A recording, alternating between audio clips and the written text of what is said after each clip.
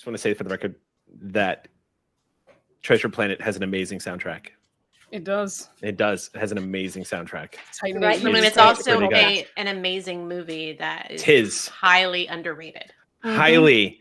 Every time John Silver says, "Look at you," and he's talking to Jim about how it looks like he's glowing like a solar sail, like I sob. I just sob. Yeah, it's so good. I have no problems admitting I sob when watching Treasure Planet. All right. So I guess we should play some D&D tonight. Do y'all want to play some D&D? Because we're here, so we should do it, right? So welcome back, everybody, to Star Jam, our Spelljammer show that constantly ties my tongue every time I try to introduce it to anybody. I don't know if I'm saying Spelljammer or Star Jam. I have no one but myself to blame. But then I also thought it was only going to be a one-shot. But no, the Ox crew was like, we like it. We want to see more of it. And everyone's like, I want to play Celestine again. I want to fly through space. And I was like, damn it. I got to Everyone was like that. Everyone was like that. So welcome back. We are on our third episode right now. This is a pre-tape. So what's kind of surreal is at this particular moment in time, episode 1 is currently airing live on QueueTimes. And I hope y'all are loving the hell out of it. Also, by now, everyone will have seen that our new merch items are up in the store. Please enjoy our Ross Crew t-shirt that we just put up. I hope you enjoyed the hell out of that. In no way associated with any major IP. It just says Ross, and it's a very good shirt. I highly recommend Ox Crew. Check it out. That's good coffee. Also, we have some new items up. We had a request. We have multiple requests for our classic logo to be up. By now, you've all seen that we have our classic logo everywhere. They are classic logo and printed the way the classic logo was meant to be printed. So all the shirts and stuff and like that are white. So there'll be variations of that moving forward. But check out the backpack. That's my favorite new addition to the store, if I can be perfectly honest with you. And I'm not going to lie. I designed that. I did that. I was the one that put 3 pieces of graphics on center on the backpack. So I'm going to pat myself back and back for the 10 minutes of creativity that took. That was pretty good stuff. Good job, Eric. All right. Now then, do we have any announcements tonight before we jump into this bizarre sci-fi fantasy game? Yes, Gina. I've been putting it off. I'm just going to announce it now. Okay. It's still a month away, so be patient. But Total Puppet Chaos is coming back. Yay. The show that you were born to be on and have everything to do with. Yes. This may or may not get edited out of the episode pending other people, but still, if it's staying in, we got more puppets coming. I'm just going to... This is the show that you ran, right? This is the game. Okay. I am a GM puppet, and I puppet my fellow players, and there will be another puppet reveal this season coming up, and things are happening. My house is about to be filled with so much felt.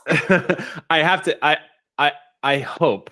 Yes. I deeply hope that we get to see Little Kraken at least one more time, because that was literally one of my favorite things. Rachel Baby Seeley as baby Quacken, the creature that gleefully devoured everything that it felt like killing. I haven't written it yet, but I do believe cannibalism has to be a part of the next season. Cannibalism. Okay, cool. So we'll hopefully we won't have to cut that out. That's awesome. Hopefully not. It will be on the Pixel Circus channel, and it should be really fun. Check it out. Watch the first season so you know what's happening with all of our gods. Total Puppet Chaos. Gina has always made us felt things. Oh. Anybody else got any announcements? We're not having Bonnie here because I'm expecting to see. Okay, so I'm on behalf of Bonnie. Go watch Star Trek. You know, there's a show called Star Trek Prodigy. It's a show about traveling through space, and there's lots of people, and there's a ship, and the ship is probably the most important part of the entire show. Actually, Captain Janeway is on it too, but the ship is pretty amazing. So you guys should check it out. Thanks, Bonnie, for that announcement. Anybody else have any other announcements? Okay. My God. It's good that I vamped and said a bunch of. Oh, sorry, I shouldn't. I used your name in vain again. I apologize.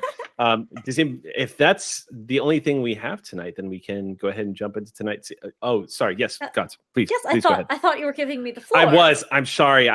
Go ahead. Good. I will take the floor, and now you will fall. No. No, but seriously, actual announcement. Please catch me on Fandom Tabletop because the first couple episodes should still be out now, but there are probably by now 2 left to go. Eidolon Alpha, a Cortex 3-shot with live character creation that I'm doing with Fandom Tabletop. It's my first time playing Cortex, so I'm very excited because a lot of people have been on that Cortex train. Mm-hmm. And I've been looking forward to having an excuse to learn the system. But most importantly, Eidolon Alpha was pitched to me as Hades meets Kaiju.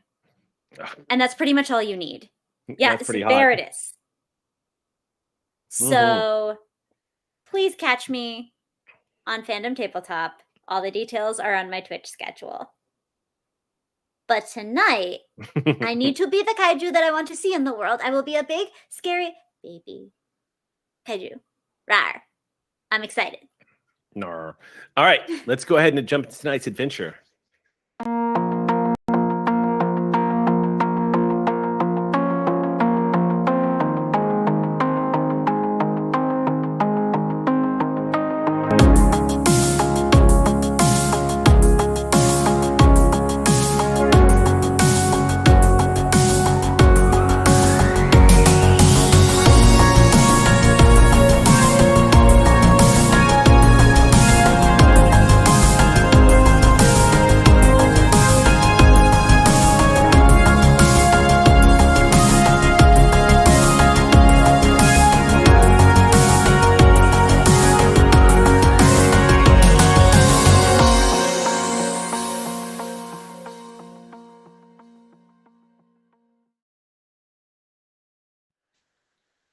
Welcome back. Wait, what did you say, Sam, before we went live?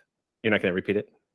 Look, it's Placido Domingo Erasure. Like, come on. Greatest male vocalist if you are not contending with people who have brought that instrument to its athletic utmost. Come on. Educate me. Who? One of the 3 tenors. Okay. Yes. Yes. Yeah. Pavarotti. No, that's undisputable. Yes, I totally agree. No, you got me. We will talk over break. Oh man, did we just become best friends? Yep. All right, so we're gonna go ahead and jump into tonight's episode of Where Did Glamma Go? Last week, Glamma was hiding behind a tree, but this week, I wasn't hiding behind a tree. I was finishing my makeup. I know. Glamma's not ready. Glamma's not ready yet. It's not ready yet, and it's glamorous. really inappropriate for you to rush her. Yeah, welcome. All right, so let's go ahead and jump back into our session Also, when tonight. was I hiding behind a tree? Oh, you weren't, but I had to come up with something. Your head was ducked down low underneath your name I'm on sorry, the overlay. So I was like, this is the second time you've brought up a tree. I know. Something about trees, man. The Trees are hot. I'm just. You cut it out. You cut it out. Yeah. I mean, have you seen The Last Unicorn? Yeah, it's good stuff. Well, last week, all right, we're bringing it in. Bringing it in now, because last week we had some pretty big revelations drop on the crew of the Nameless Dragonfly, which, by the way, is a great name for a ship now that I'm thinking about it. But y'all had journeyed far out into wild space here in what is known as realm space, which is essentially the solar system that houses one of the most, well, for us in the metaverse, the most iconic, possibly the most iconic of all D&D settings, Forgotten Realms. And I know my fellow Dragonlance fans out there are rattling their sabers, and I agree with you. But Forgotten Realms, the world of Toril, can be found here in realm space. Realm space is in Spelljammer, home to multiple planets and civilizations spread across this great, vast expanse of worlds here in D&D. You like how I just threw out 2 names of 2 shows, and that vast in the expanse? Anything. You guys just keep gobbling up all the descriptors for space. But basically, you were all sent out to get some information or make a deal with an information broker that could be found on the Rock of Brawl. A lot of investigatory work went into trying to figure out whether or not this person was on the level. Eventually, the leader of the Star Jam Rangers, the Kirin, decided there's really not much of an option here. We need to find out more about Celestine and what's going on with Celestine's, the mystery of Celestine's origins and why Celestine is being sought after. You all went to the Rock of Brawl, very cautiously approached where you were supposed to have a meeting site, naturally, as many of you expected. It turned out to be a trap. However, you were led out of a trap. You were led out of the trap by a new friend, a Githzarai, who led you into a dragon's lair. This dragon's lair is the home of a adult brass dragon named Razin, who apparently is from what Razin described as an origin world, or the first realm, which is to say one of the first worlds ever created by the gods. And the first children to populate that realm were dragons. This is consistent with what anybody who's any studied lore, a lot of the ancient lore has gone back through the mythologies and kind of hinted at this fact. It's often been said that dragons were the first children of the multiverse. Whether or not that's true or not, it's hard to say, but dragons are certainly ancient and powerful enough. Plus, some of the most ancient mythologies are based around dragon gods, specifically Bahamut and Tiamat. However, there's been more and more reference to a dragon god named Io, who you have all managed to slowly uncover is apparently a greater dragon god, and if the mythologies are to be believed, the father or the progenitor of Tiamat and Bahamut. Many mythologies, specifically the ones in realm space, none of them go beyond Bahamut and Tiamat. It kind of, the buck stops with them, and a lot of the legends say that they were the creators of the universe and the first realm. Well, unfortunately, it went even further because Celestine had a vision trying to track down their own origins. They ended up having a out-of-body experience where they encountered an entity of enormous size and terror, essentially a cosmic horror of a dragon, a giant eye in space. Essentially, Celestine had contact with a creature that has become known as the Void That Moves.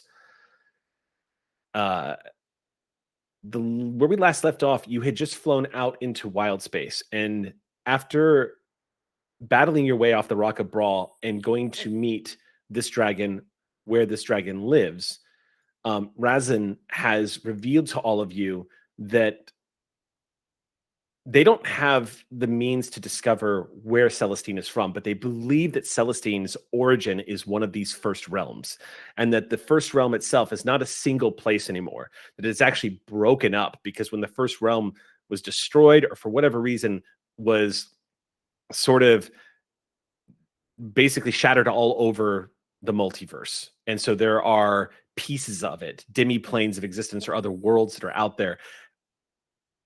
That's what Razin last remembers. The other reveal is that Razin stated that one of the ways these worlds protect themselves is those who leave them forever. They lose themselves out in wild space and beyond. If you travel the planes, you would lose your way of getting back. You would develop the inability to remember how you got there or what the world was even like if you had lived there before. Kind of like Neverland and Hook. You just kind of start to forget after a while. Your mind becomes jauntified. And after a time, you don't even remember where it was or how you got there. However, Celestine, being such a hatchling, might be in a position that they've only been off their realm for so long, it's possible to trace back. The only person that can help Celestine do that, or rather the only creature that can help Celestine do that, is another dragon that might actually have not only more information, but an artifact that Celestine would need to be able to locate where Celestine is from. This dragon that is referenced, much like Razin, is living in exile for fear of being noticed by the cult that worships the void that moves. Being that they are both from these first realms, they are essentially living in exile in their lairs and moving quietly. The only other dragon out there that is doing so is this one that you've all been referenced to. And if you need a quick refresher, it is a white dragon that lives on an uncharted world near the edge of the sphere. The dragon's name is Kazaba, the White, also known as the Ice Gore. But dragons are pretty renowned for having their fill of big titles that they give themselves. But I will say this, as you've all boarded up onto the ship, checked your supplies because the journey is going to be long. It's a 16-day journey out to the edge of the crystal sphere at maximum speed. So you guys are going to be flying through wild space for a hot minute. Celestine, go ahead and I want you to make an investigation check for me. Tell me what you get.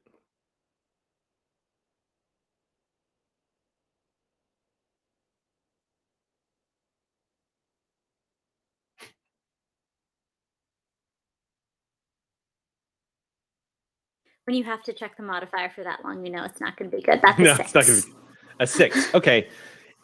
With the 6, all you get, there is something that is ringing in your head about the conversation you just had with Razin as you're all leaving the lair onto the surface of the asteroid and boarding up onto the vessel again.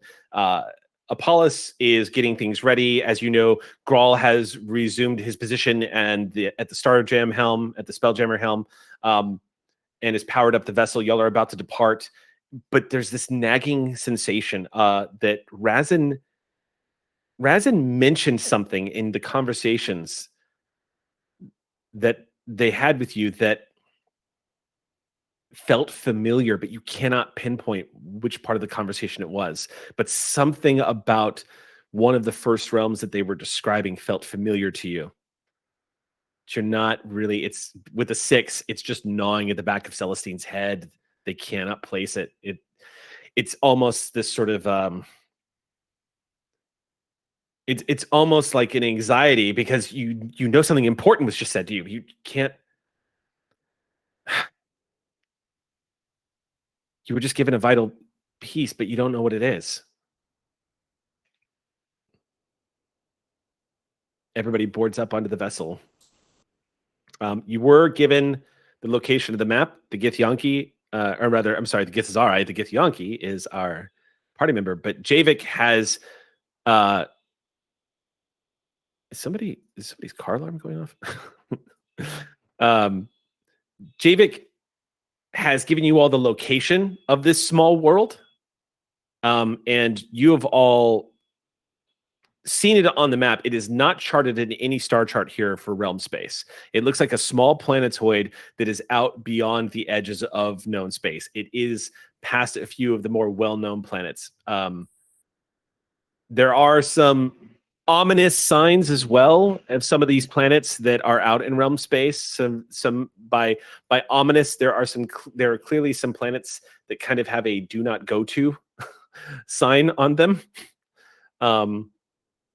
And unfortunately, your trip through realm space to where you need to go is actually going to take you past some of these worlds. So the world specifically that I'm talking to is a planet called Glyth. Glyth. It is the 6th planet in realm space. It's pretty large, but the reason why it's well known here in realm space is it is, for lack of a sort of like a quick summary of it, is a planet of mind flayers. would be the best. That would be just the best way to describe it. I'm sorry, and that's where we're going? No, you're flying through that space. You may not even be anywhere near it by the time you fly through it. It may be well beyond its orbit. Okay. But you have to fly past Glyph in order to get where you are all going. The Glyph has fly high above it. Yes, there are all anybody who travels through realm space. There are warning signs everywhere. Yeah. So Grawl, specifically, you who have flown through realm space many a time, you know all about Glyph. Everyone who tells you if you sail through realm space, go nowhere near Glyph. That is just, even if you are an ambassador, if you're trying to even if you're there for trade, they just generally say don't go. It's hard to say which factions is bad news bears. No, thank you. You don't want it. You don't want it. Even the moons. Glyph has 3 moons. Bad news mind flayers, actually. Yes, the overminds that rule Glyph. Just suffice to say, it is very inhospitable, and the space around Glyph out here on the edges of realm space tend to be pretty inhabited by nautiloids, those great spelljammer ships that look like chambered nautilus with these tentacles that arc out. Essentially a vessel very similar to the vessel you see at the beginning of Baldur's Gate 3. It's just this big, scary, giant flying nautiloid ship that the Mind Flayers use. You all had actually repelled an invasion by a smaller version of one of these ships. So that is your destination. That is where you are all headed. And in order to exposit on this, we are going to go ahead and I downloaded some really cool homebrew travel rules that I have been experimenting with for 5e. And I am now going to make some rolls here. If you are interested in the travel rules that I'm using, I am going to be posting tonight. By the time you're all seeing this will have been up for a while. But I'm going to be posting both the free 5th edition homebrew rules that I am using for Spelljammer tonight, as well as our home rules that we use here regarding inspiration points. I do want to disclaim something. The 5th edition version of Spelljammer that I am using basically takes original Spelljammer content, lifts it, and incorporates it into 5th edition, which is really cool. However, this means that the dated and unfortunate creative choices that were made by TSR back in the 80s are still present. And so you might see references to game settings that are unfortunately named. So fair warning on that. Anyway, that being said, let's go ahead and make some rolls. Now, Grawl, if you remember correctly, you are going to have to, 8-hour shifts are about the most you can do per travel session before your body starts to get really mad at you. So let's go ahead and make some rolls real quick for the first 8 hours of your journey. Okay. Let's see here.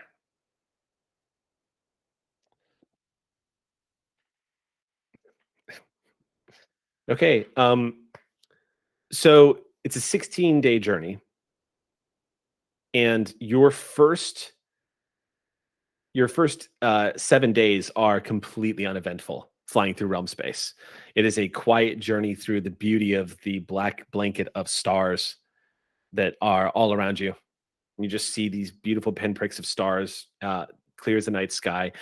Celestine, by now, a lot of the paint that was used to cover you up has worn off, either from roughhousing or you picking at it or you licking your wings or anything you're up to by now.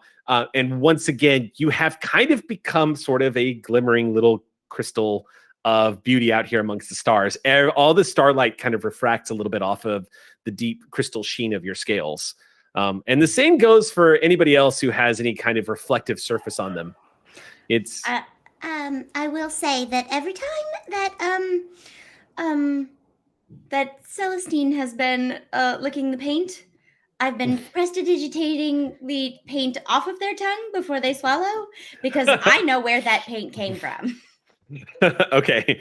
You're just like not for babies. Thank you for saving them from themselves. Yeah. I just let them think that they're eating the paint, but they're not. By day 7, Grawl, you have just finished an 8-hour flight through space. It's not tedious for you because you get to experience what it feels like to be a Spelljammer vessel flying at incredible speeds. And even though this is something you've done for a while, it's still an experience. Being a giant Spelljammer firefly zipping through wild space at incredible speeds that would boggle the mind of anybody who lived on these worlds. You all can see that the day of travel has come to an end and the ship goes on the drift. So the propulsion comes to a stop. The great wings fold down as you all lazily drift through wild space. Grawl, you get up from the throne here, just kind of cracking your bones a little bit, stretching and out those Leonin muscles. It's just... and Wixel comes out from the galley and goes, well, I had a little extra time today, so I made double-layered sandwiches. You'll have to see how you like them, but I call them doubles. Here we are. Sets down this plate that is just a mound of bread and meats and lettuces and all sorts of weird things also compiled in there. The ingredients that you've never seen before. There's one sandwich that has a tentacle that's coming out. It looks like an octopus tentacle. That's just kind of... I just slurp at the tentacle. This one's mine. Goes right down, and Wixel goes, good. I was just trying to get rid of that. I'm glad you like it, dear. And sets the plate down. Wasn't sure what to do with it, and wasn't sure where it came from. I hope it wasn't one of the leftover. Never mind. Sits down at the table. There's still like just one wiggly tentacle out of the beak of Glamma. Just Wixel ever like the generous hostess begins to pour everyone's drinks. Pours this big bowl for you. Celestine puts it on the table. Sits down and says, dinner's ready. He shouts up to the deck as loud as she can.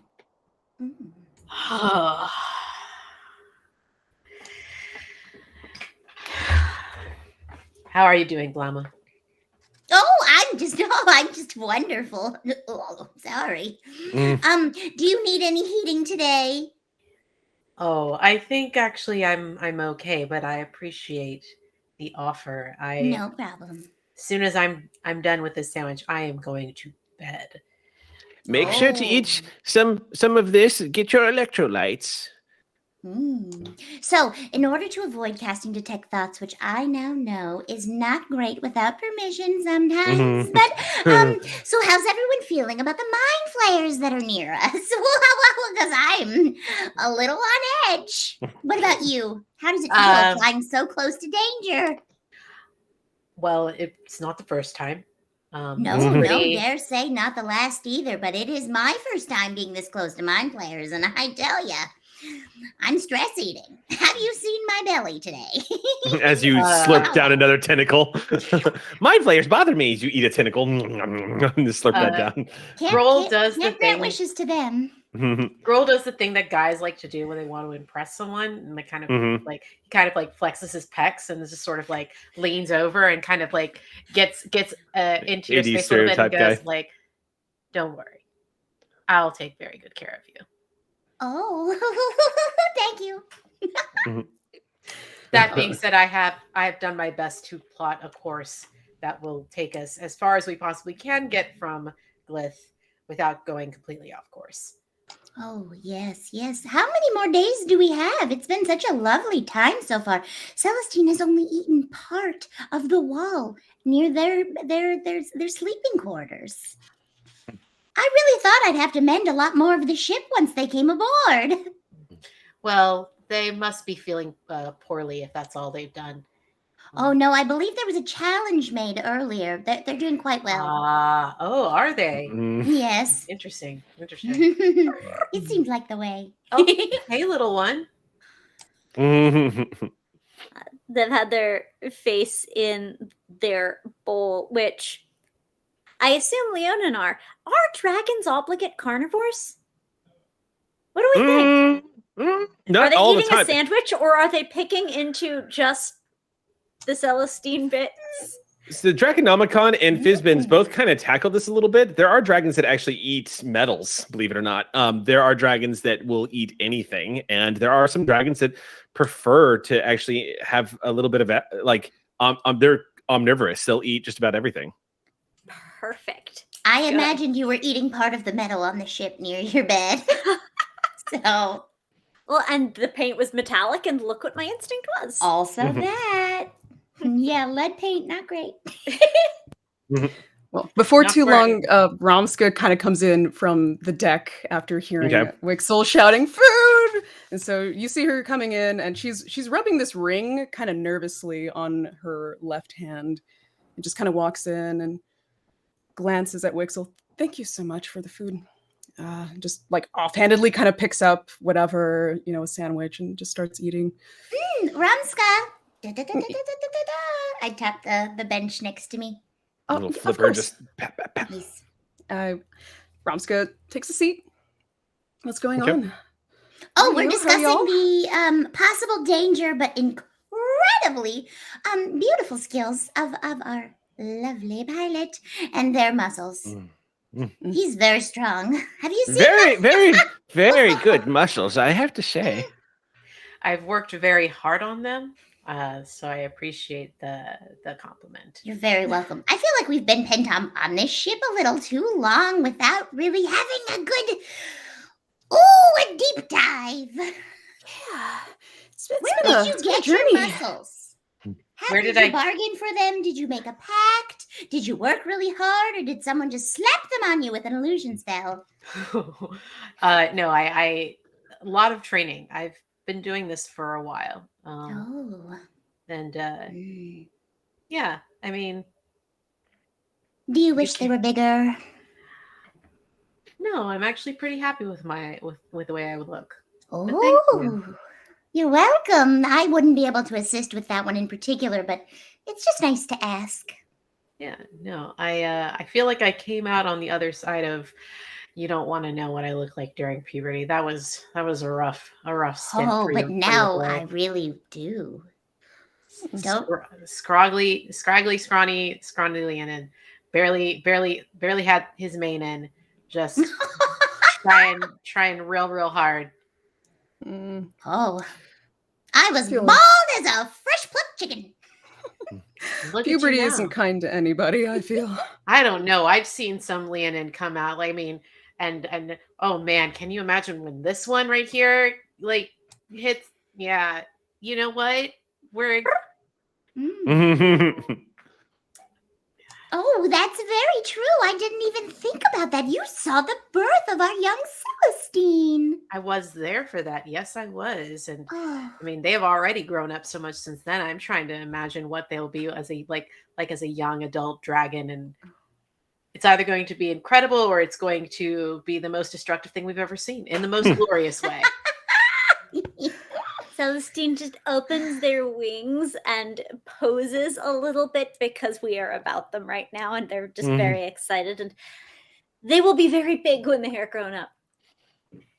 It's adorable, but that dragon ego is so being stroked right now, and Celestine is just like, yes, I accept. I need to be magnificent.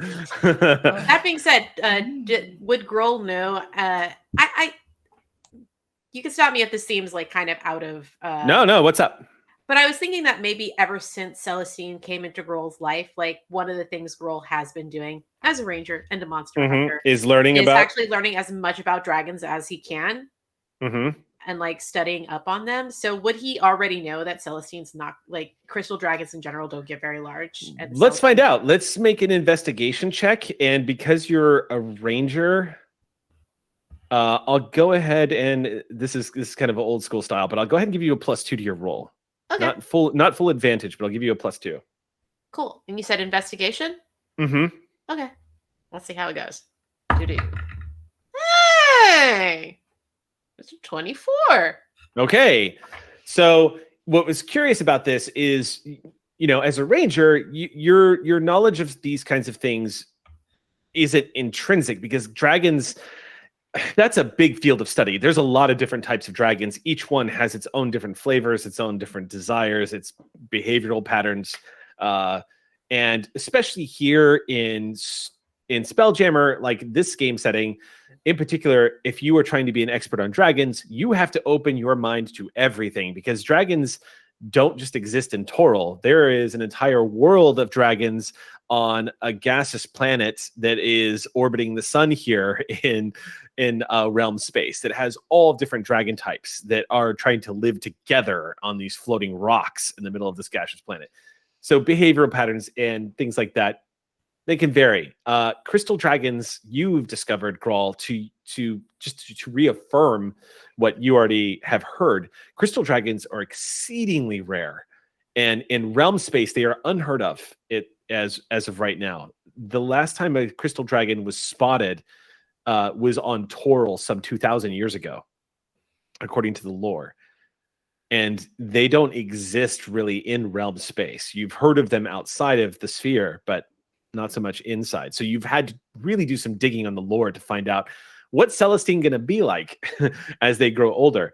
Luckily, you actually found some references. Not a deep dive into lore, but it would appear that crystal dragons, according to some of the ancient writings, are the smallest breed of dragons, next to the now long thought to be extinct Mercury dragon. Crystal dragons are typically born about the size that Celestine is, which is described as sort of the size of a German Shepherd. So small. And even the most ancient of crystal dragons is said that they don't grow much larger than a hill giant or a stone giant. Is about as big as they get throughout the course of their existence. However, it does remark that they are known for being incredibly agile flyers and swift. But what's also remarkable about them is their breath weapon, which is wholly unique to what crystal dragons do. Their breath weapon is unlike anything that the other. We discovered it last week. Mm-hmm. Yes, it is a very unique breath weapon, and it is known to cause considerable damage, particularly because in the meta of the game, Radiant is one of the least resisted damage types in Dungeons and Dragons. And so when you turn that into a breath weapon, it gets scary. So I mean, we're basically walking around with a flying smite. Yes. Yes. Now that's a good name for the ship. Flying Smite? Flying Smite? A flying smite. Kind of like it too. We could call it the Crystal Smite. Ooh, either one. It sounds very fierce. What do you think, Ramska? I think it is quite a fierce name. much? Ramska's just kind of like, glancing off into the distance, like, are you still whatever? Nervous. I'm fine. How are you holding up? I'm all right. Just glad that I'm with a solid crew and we're getting through this patch of space. Have you been here before? That sounded like you had a story in your voice. I just don't like this particular part of realm space, Why? Aside from all the death? That's why. It's the death. Just that. Yeah. It's been out this way before? Possibly, but I wouldn't really want to recant that adventure. Javik comes down at about that point. You can hear the footsteps of the Githzare stepping down, looks down at everybody, takes a few more timid steps, looks uncertain as to whether or not he should join everyone at the table. But of course, Wixel, spotting that, goes, "There you are, dear. Come sit down at the table. Come sit down." And he nods and moves over. He does glance over at Ramska and takes a seat, kind of mild, like timid, like trying to feel it out still, but slides into the chair, picks up a plate and starts serving himself, keeps quiet as he does so and listens to what y'all are saying. But it is that sort of a moment of awkwardness as he makes his way into the room, sits down. You can hear his crushed red velvets kind of rustling as he moves about, dressed very well still. Ramska's telling story. Mm-hmm. I look back. How are you doing, Jazik? How are you holding up? It's Javik, but Javik, yeah. It's I feel like I'm holding up okay, all things considered. I feel like this is very stressful. I did not anticipate mind flayers. I'm used to, but the void What that aren't moves. you? Oh. The cultists are new, and Mm. anything that has resin this alarms me. So Sure. Can I be honest with you, Javik?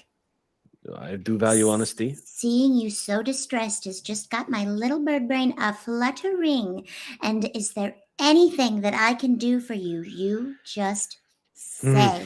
Because we've been on this boat for quite a long time, and I haven't been able to grant a wish yet. For you. Thank Anything? you. I think What is your deepest desire? right now is to uncover why the void that moves wants Celestine. Oh, I know. But that's such a big picture, small picture. Yeah, like what would make you personally happy that is not the grand scheme of the entire universe? You want your pants ironed? You want your hair cut? You want another fish? All I worry about is this situation and resin. What about you, Rumska? I'm done with him. Oh. No he wishes. Goes back to eating. None. He looks grateful as the subject changes from him and he goes down to his food and starts eating sandwiches. What about you? I will grant you something. I'm fine. Romska glances over at Celestine and looks at them. My God. How are you feeling? Romska is absolutely the Worf of this ship. You are absolutely Commander Worf. No, she's the deflector array itself. Yeah. The subject over. Glamma's just gonna like cross her fins. It's just like she's clearly a very social bird, and everyone is being antisocial at dinner time. Do you want places? Would you like me to make a quick wish? Yes, that would just She literally starts weeping. Starts to cry. I really wish we had some flowers on board. Flowers. It's been a while since we've had the opportunity to pick up some flowers, and the ship could use a little livening up. Question. Say no more. Has Celestine ever seen flowers before? Didn't we just establish that forest was the first time Celestine has seen like grass and stuff? I don't think they would have seen flowers. They were probably not in that corner of the market if they wandered or like didn't see stuff. Yeah. So this is a word that is not familiar to you, Celestine. No, you don't know what they're talking about. And then Grohl makes a point of requesting flowers in the specific like different color patterns they see in Celestine's crystals. Yes. So lots of like lavender and blue and you know bisexual flowers. Lots of bisexual flowers. I mean, let's just be real. Crystalline Celestine is 100% pink, blue, and purple. I mean, yes. Really true. You feel your hand gets sandwiched between two flippers, and Glamma gets very uncomfortably close to your face, Grawl, and just thank you. And Grohl is doing the thing that cats do when like you get too close to their face. Perfect. I waddle very hurriedly from the table. Back to Romska. Story? Story? No. I would. Can one of those flowers be a purple iris? I would love to see one of those. It's been a long time. Glamma's not in the room anymore, but you from the there's like a speaker grate on the side that's like a tube telephone connecting some of the walls. From that, you just hear on it. Thank you. See, we have nothing to worry about when it comes to mind flayers. And Wixel pats Jazik's hand and goes, "Yes, I'm sure it'll be fine." That said, Romska, I know you're still fairly new to the crew, and we all have our stories. We all have places we've come from. We all have things that maybe we don't necessarily want people to know about us right off the bat, and that's fine. Yeah. You don't have to tell us anything you're not ready to tell us yet, but I want you to know that this crew can be your crew.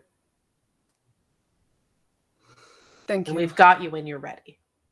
I appreciate that.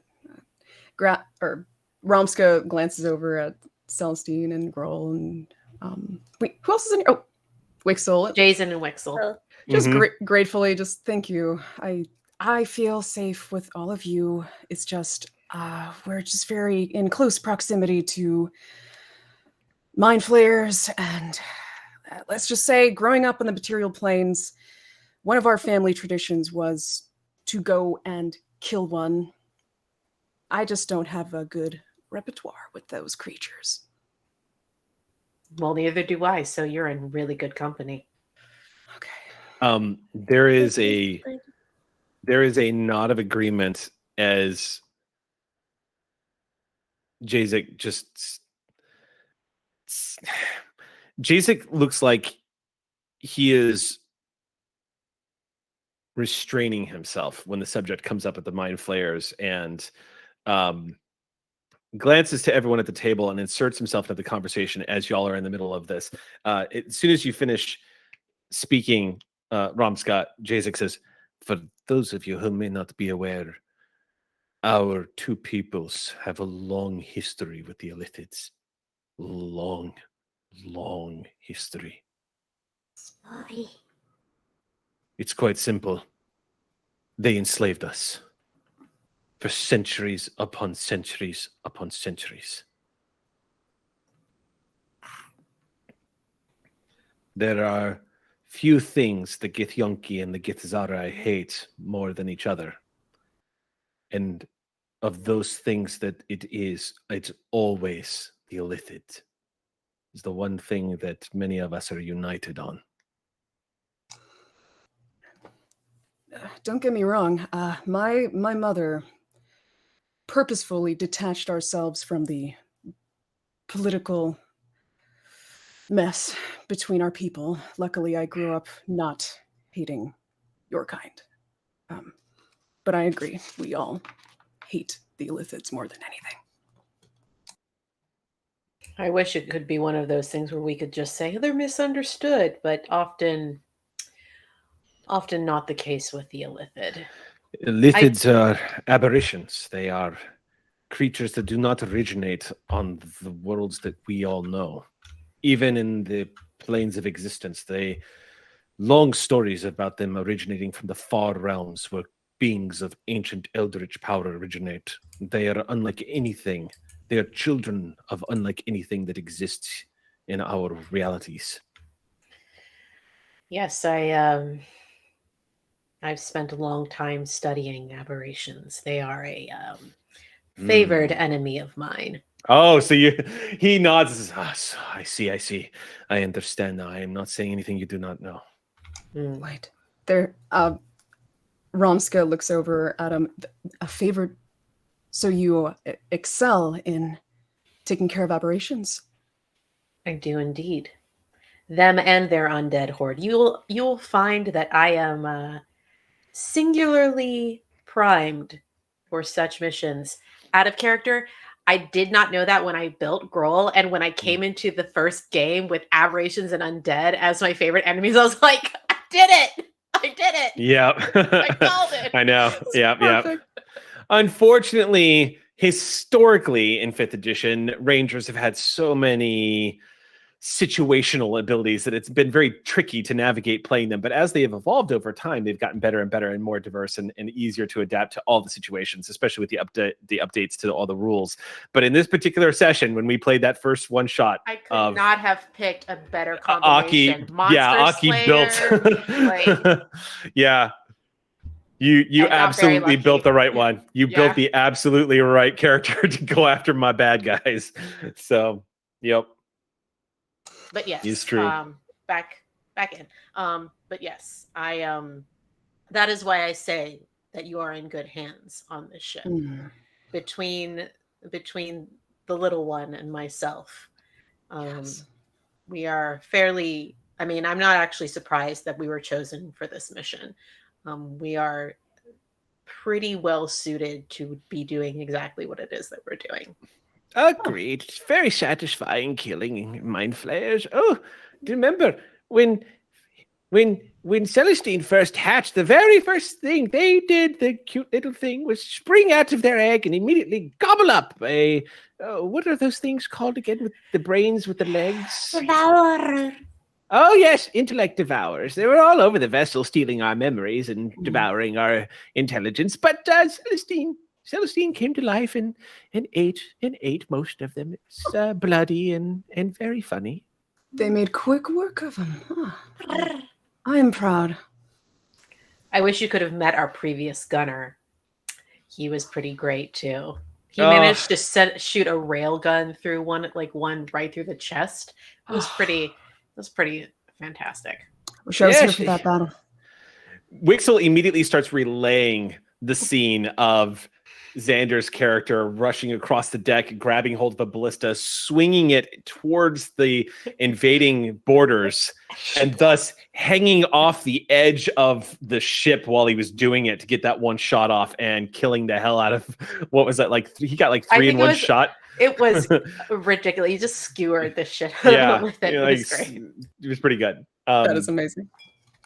You all enjoy long conversations at the dinner table for a while. Apollos, by the way, does not join you. By those of you now know that Apollos, being the celestial type that he is, actually does not require eating, does not eat. So when y'all are down in the galleys eating, Apollos is topside on one of the wings, keeping watch, basically in the quote-unquote crow's nest, just making sure no ships are coming, and is currently situated up there right now.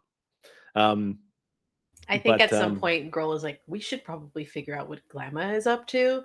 Yeah, Glamma's been gone for a hot minute, and that could be well, do you go find her? Yeah. Of course. We can't take any chances. We are. Yeah, let's go. And Romska heads out. Let's go see some flowers, little one. Okay. When you explore the ship, you happen upon each of your bed chambers and where you sleep. And she has turned that there's like cut out paper, like paper cutouts everywhere that look like they've been gnawed on. And all over the ship's walls and like in through your bed is clearly like paper flowers that has minor illusions over them to be the flowers that you requested. So you can touch them. They won't feel like a flower, but they look like flowers. And I've made like a full-on like dog bed shape of the grass that you witnessed for Celestine with the flowers that Grawl said to make for you. And then she comes, or Glamma walks up to Romska, and she said, I didn't feel it right to, I'd never been inside of your bedchamber, so I didn't want to just let myself in. So I saved this one for you. And she holds up her flippers, and she just sort of opens them. And in it is the flower that you asked for. Oh. Romska reaches and grabs the iris. Thank you again. I wish for my very own Glamma, please. And I think you get like a little bit of hops from Glamma, because she's trying to kind of like indicate like, come down here. Oh yeah. What's and she leans down as she's like presenting the flower to you, and she just says, I know it's been hard having them on board, and I just wanted to say that I'm really proud of you. I think that you've been handling yourself with much grace. I, as a Doar, know much of the conflict between the Gip. Oh, yeah. It's I'm okay. I'm lucky. I didn't grow up with that too much of that deep hatred between our people. My mother detached herself from that. Oh, I know. My family was lucky. I was listening through the walls, but oh, okay. I have to repeat. Everything's fine. Everything's fine with Why do you Javik. think I installed these speakers everywhere? It's not right to be secret. Look, it's not the fact that Javik is Githzerai. It's that he's from that rock. He's from that rock. He was on that rock of, what was it, Brawl? The Rock of Brawl? The Rock of Brawl, yes. And there's just been so many backstabbings there I've experienced. So anybody who claims to be a friend, I'm over it now. I think yes, the repeating definitely makes me believe it. Yeah, we're over it now. Sure. And yeah, either way, Romps is just nervously like holding on to this iris and and grasping her flippers. Thank you so much, though. I just need to work through this. Absolutely, and please, if you ever need to talk, I really enjoy talking, and I could use a little bit of that. Thank you. Sorry, I'm a little reserved sometimes, but no, it's okay. I'm just used to being in big markets where everyone's talking and yelling and being really annoying and in your face and demanding that you give them money, and it's just it's glorious, and I miss it. We haven't talked in a while, so I just even if the last place wasn't so great that we went to, I noticed that the eye contact seemed uncomfortable, and you weren't acting on it, and I wanted to say that I thought that was pretty nice. Yeah. Thank you. I'm okay. Nothing's gonna happen. Yeah. We're safe. I'm in good hands with all of you. So. Wow, good flippers for me. Oh, good flippers. Claws, paws. Yes. Just think about this. I'm going to give you some fairy godmother advice. We are surrounded by so many unique individuals. Some that are literally so rare that Raw says the last one was 2,000 years ago. And you get to be a part of that. How special does that make us? Oh, that is very true. All right, let's go make history. Thank you. Wow. You're welcome. Thank you. Holds on to the iris, clutches it kind of close. Yeah. Her shoulders have relaxed, and she's visibly just less stiff, When you step back out into the galley, Romska, you see some of them are still there, but Wixel is currently just in her chair, just over and over, just anime bubble just forming on the edges of her face as she's snoring. The rest of you kind of enjoy what I will. Go ahead. Yeah. Girl has been with Celestine, kind of showing them all of the different flowers like that you've made with your illusions. They all have the scent as well, the individual scents. Nice. So this is a peony and this is a violet. They're kind of he's kind of going through the different flowers with Celestine. Oh, Celestine. Okay, so Celestine's gonna learn all of their flowers, and since this is over their bed area, I think it's near where some of the scratch marks have been. Celestine will look at their claws, and they look at Kroll's claws, and they look at their claws. Where do you scratch? You want to see?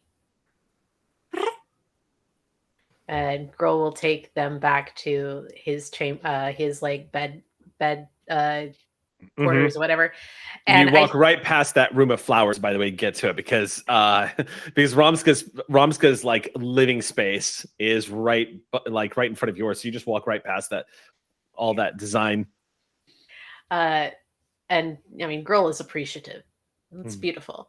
And in his bedchamber, there is what appears to what probably have been it is the mast, basically. It is one of the masts. It is covered in a thick sort of carpet-like material.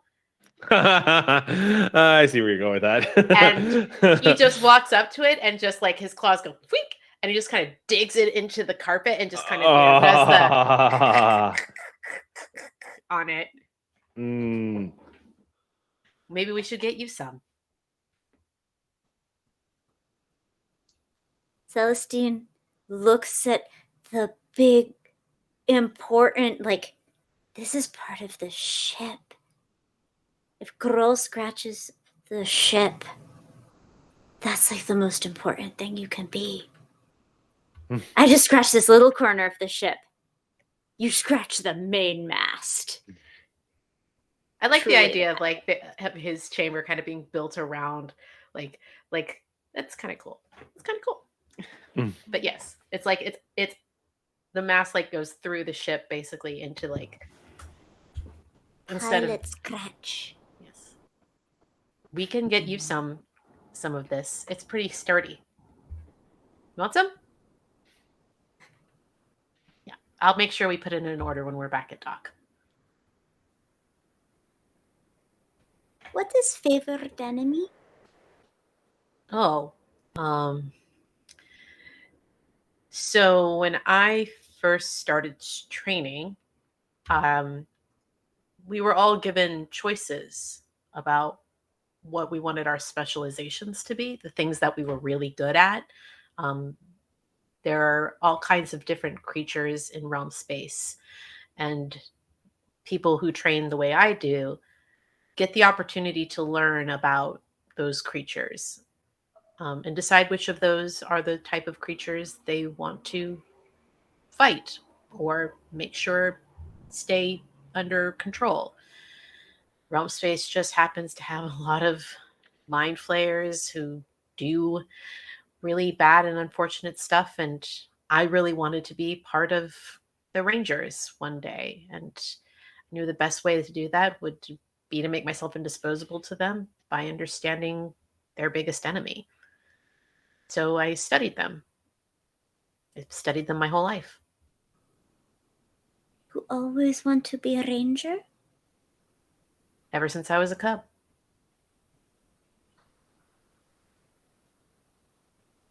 Story? Well, my mom was a ranger. She didn't do what I do. She was a bit more inclined towards magic.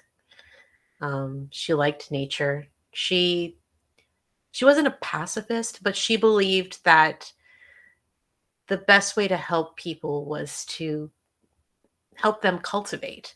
Her job in the Rangers was going from planet to planet and giving them agricultural advice and helping them grow plants, things like the flowers you see. Violets. Yeah. She was kind of incredible. She ended up on the wrong side of a mind flayer attack when I was pretty young. And I always promised myself I'd try to pick up where she left off. Enemy. My dad was never quite right afterwards. I haven't seen him in a while. My sibling takes care of him. But when I do see him, I try to tell him that I'm fighting for Mom. I think that helps him.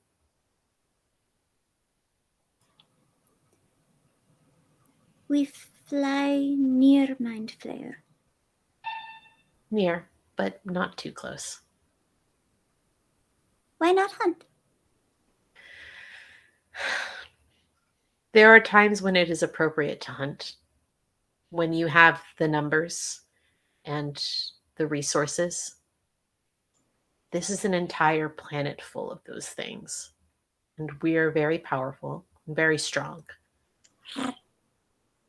But this is one of those situations where we would be very outnumbered and very in danger. Sometimes a hunter has to know when they're being hunted.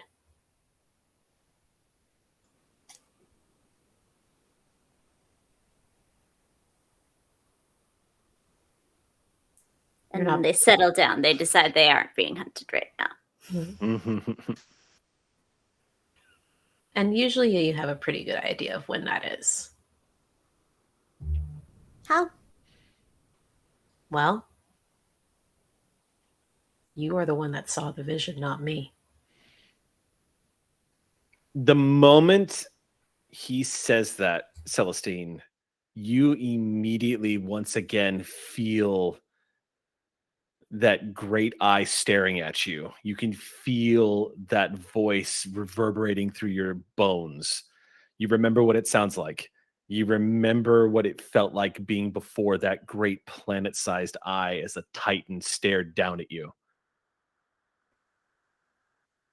That's the feeling. I think Grohl sees that expression on their face. It's like, that's the feeling. It's not a good one. But Celestine, if I ever give you a piece of advice, don't ever forget that feeling. That feeling will keep you safe.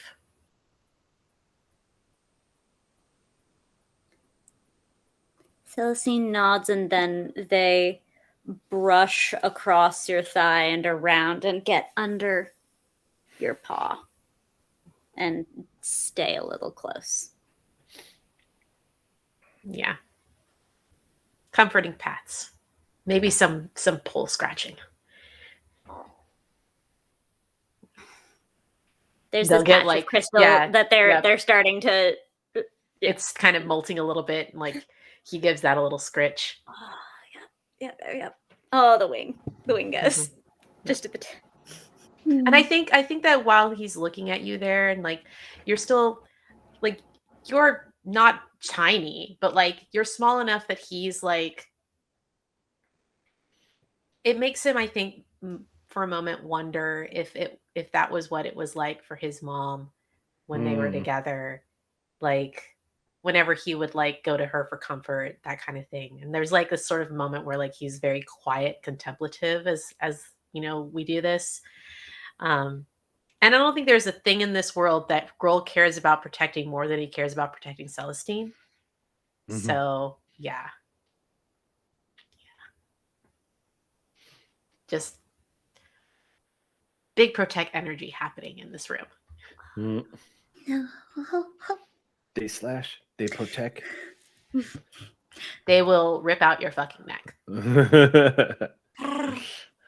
I think only Grohl probably hears this.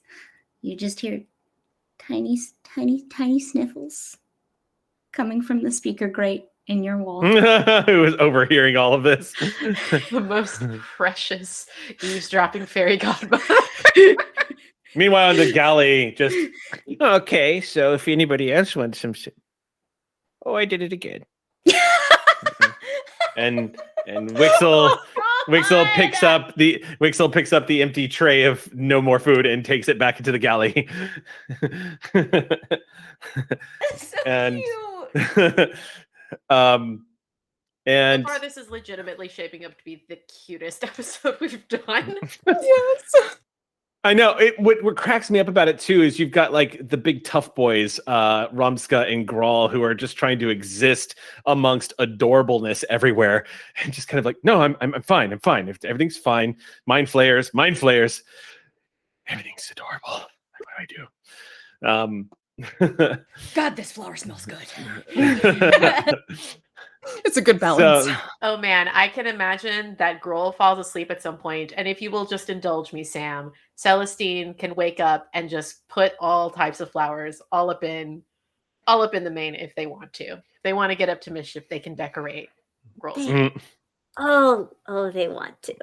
Stream punks are now known for making flower punk. That's the new gaming style. Yes. Florapunk. I like Where does it. Celestine learn to braid? We're gonna get there. Not I can already from me. tell. Right, I know your I feathers. feel like that's a Romska thing. I feel like Romska would totally be into being able to teach. Does people to Romska have braid. braids? Like No, a just human? wild, but she does know how to braid, and we'll teach them. All right, we're logging that side quest. What? It's good because y'all have hit 10 on the purity meter and the ship might be destroyed. Plus what I love about this, there's two things. One, I gotta say, first of all, just a quick sidebar as we jump into the next chapter here, but it doesn't. I was just thinking when describing when Grawl was learning all that Grawl could about crystal dragons. It of course reminded me that of course Sam is playing a hatchling crystal dragon that barfs rainbows. Like that makes sense. And then now that this has all happened, I'm like, I know what each one of these characters' Animal Crossing Island would look like. I know. I can tell just from listening to all of you. I'm like, I know exactly what your Animal Crossing Islands look. I mean, y'all are all playing characters that should be on Animal Crossing. Yeah. All right. So, having rolled on the encounter tables, and given the percentages of chance encounters, I will say that the journey, you guys actually don't have any encounters. However, on day 14. A illithid vessel is spotted far out into the realm space, but you do catch the glint of sunlight, pale sunlight glinting off the top of a nautiloid shell off in the distance. At first, it looks like just pale starlight that's glinting up to the port. Apollos is the first one to raise the alarm that illithids have been spotted. That an illithid vessel has been spotted.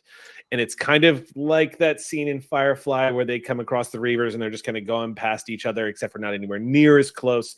But the nautiloid is far, say, like in a nautical sense, like 36 miles to port. So barely within sight. But here in realm space, you don't have the haze or the horizon bend, so you can spot them. You do catch it, and looking through any magnifying glasses or anything that you can do to scry into that direction, you will see that there are the small moving shapes of illithids, a lot of non-illithids. You can't tell who they are, but you can only imagine that they're probably not there by their free will. And you also can spot evidence that you are being watched as well. It is a tense encounter that lasts all of maybe 2 minutes before the range continues. They don't turn to follow. They don't turn to approach. They continue going on their course. But you do encounter what looks like Apollos swooping down from one of the top wings, looks through the spyglass as Grawl, or not Grawl, but as Jacek holds it up, and Apollos says, might be a member of the illithid navy. I don't think we have anything to worry about. It doesn't seem like pirates. We can relax at this point. If they were interested in us, they would definitely be turning to chase. That is a relief. You should feel my heart right now. Wow. Those are some smart squids. Oh, are we killing mind flayers again? Not for the present moment. Oh, that's a shame. Sensors say they're still fairly out of range. No. Unless you want to go and pick a fight, which doesn't seem like a great idea. I mean, if everyone's bored, if we're ahead of schedule, I wouldn't mind. But I defer to the captain. Immediately, Apollo says, "No, we're going to keep moving forward. We're almost to our destination. It's fine. Let's not pick a fight with the illithids. We don't." Bromska breathes out a little sigh of relief, hoping nobody heard that. Hopefully, yeah. Javik heard it and is like, "Were we being serious just now?" And, "Oh, yes, dear. Yes, of course. I was anyway, if that's all right with everybody." I think the only thing that concerns me is that if we saw them, they might have seen us. Apollos. Is this one of your favored? Yes. Yes? Oh, well, you will be the most helpful for my question. Do they tend to sort of stagger their hunting methods? Do they pretend to not follow, and then when your guard is down, whoop, there they are? Do you want to make I believe since it's your favorite, do you get advantage on this roll? Yes, I have advantage on survival checks to track them. So I would permit this. I have advantage on intelligence checks to recall information about them. Okay. Do you have investigation as a proficiency? I do. You do. Then I would absolutely let you apply. I'll let you apply your proficiency bonus here. Oh, not advantage? No, you still get that as well. Okay. I'm giving you proficiency in like determining, so you're gonna get a big plus to it. So would this be an investigation check? Or... Investigation works because it uses the proficiency bonus as well as your intelligence bonus. So that would be a 19. Yeah. Illithids are not... At least illithids, as they fly out here in wild space, if they want something you have, they go straight for it. Yeah. If the raven wants what you have, that was... They don't... Yes. Then you're quite a delicious worm? I understand. No. They're not interested in us, or we would know it if they were. Well, I am simultaneously relieved and incredibly offended. You know what? I imagine that if we make it to our destination, we might be dealing with quite a few people who are interested in what we've got going on. Please remove the if from that sentence. When we reach our destination. Thank you. Thank you for the correction. Wow. Celestine is just watching off of the side.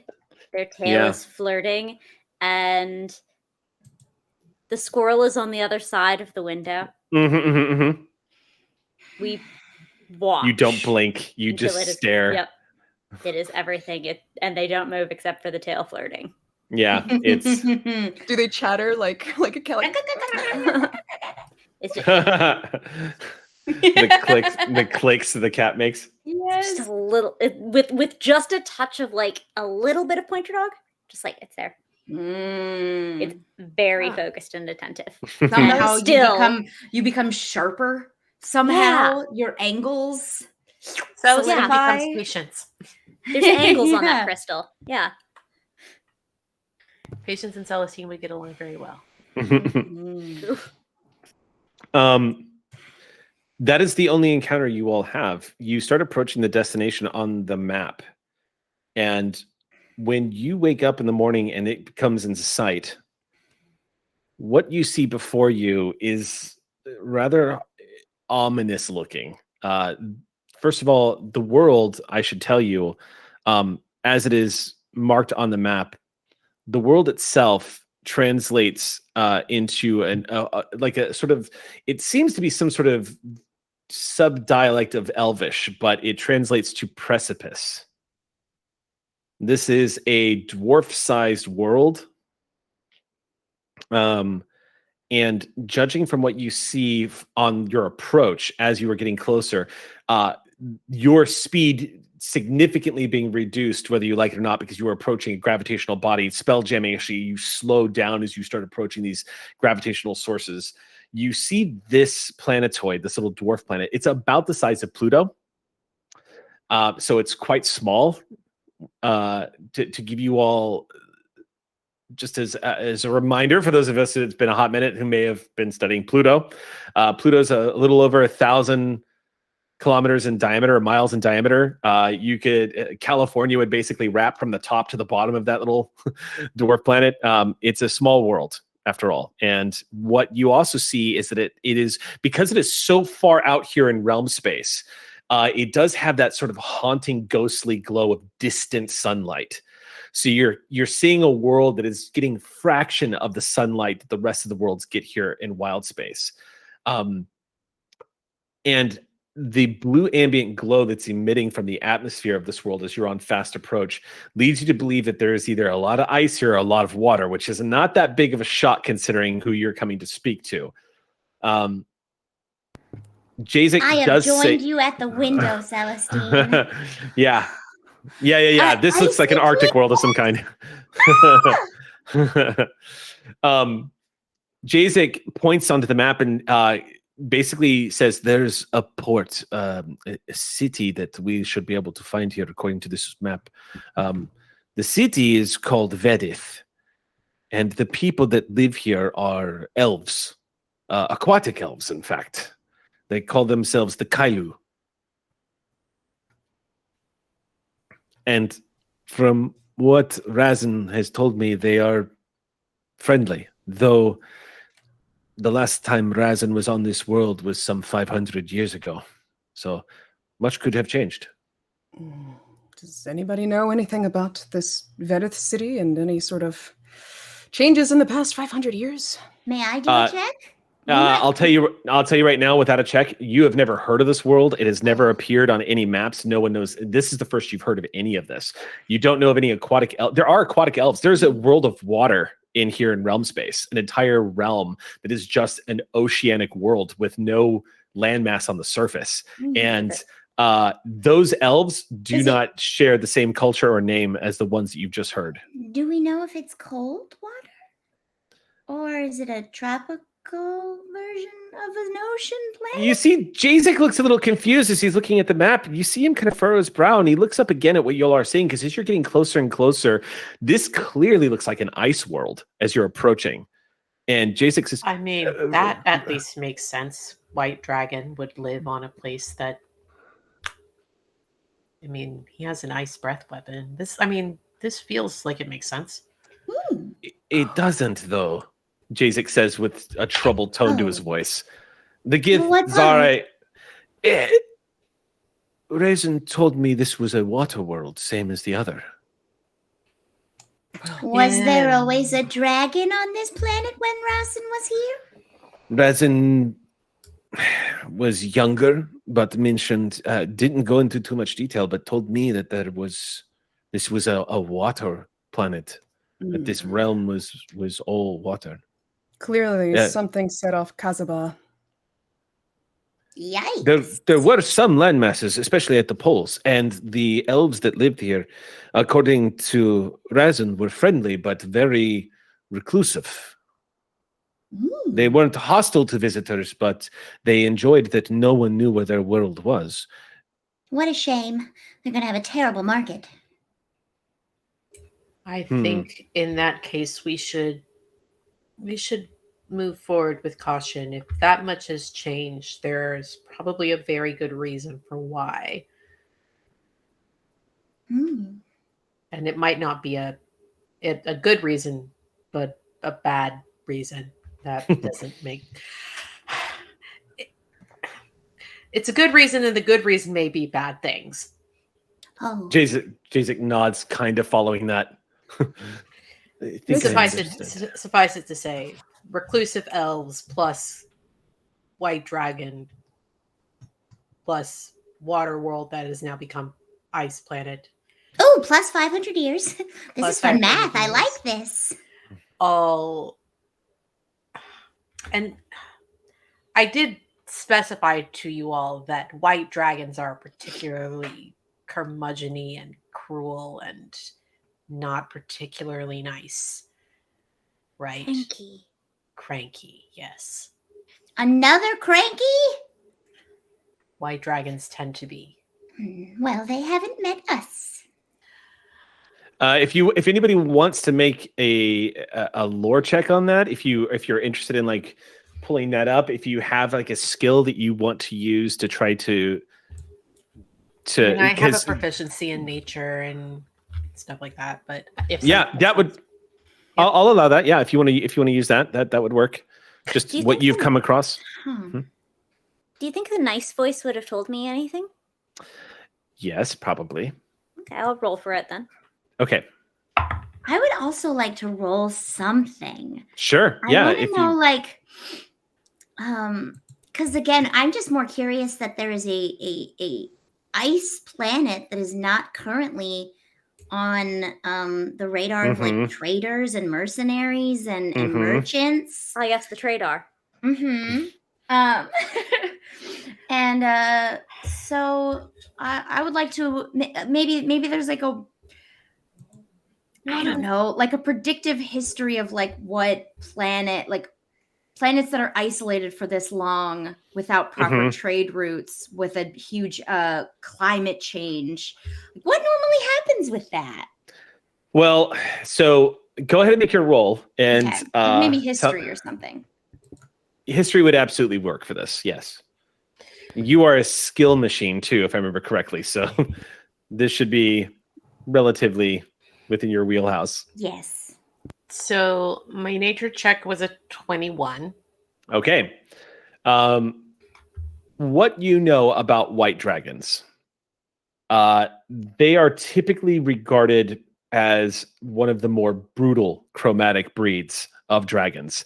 They are particularly known for not really having any desire, or they don't give any damn about like long game machinations. They don't give a damn about like manipulating empires or raising, armies or anything that like evil big bad dragons like to do. White dragons revel in the fact that they are the apex predators of the celestial or the prime material plane hierarchy.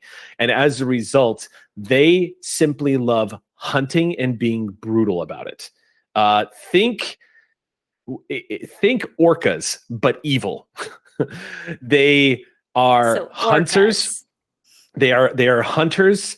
I mean, they are hunters. They, like orcas, will play with their food in a brutal fashion.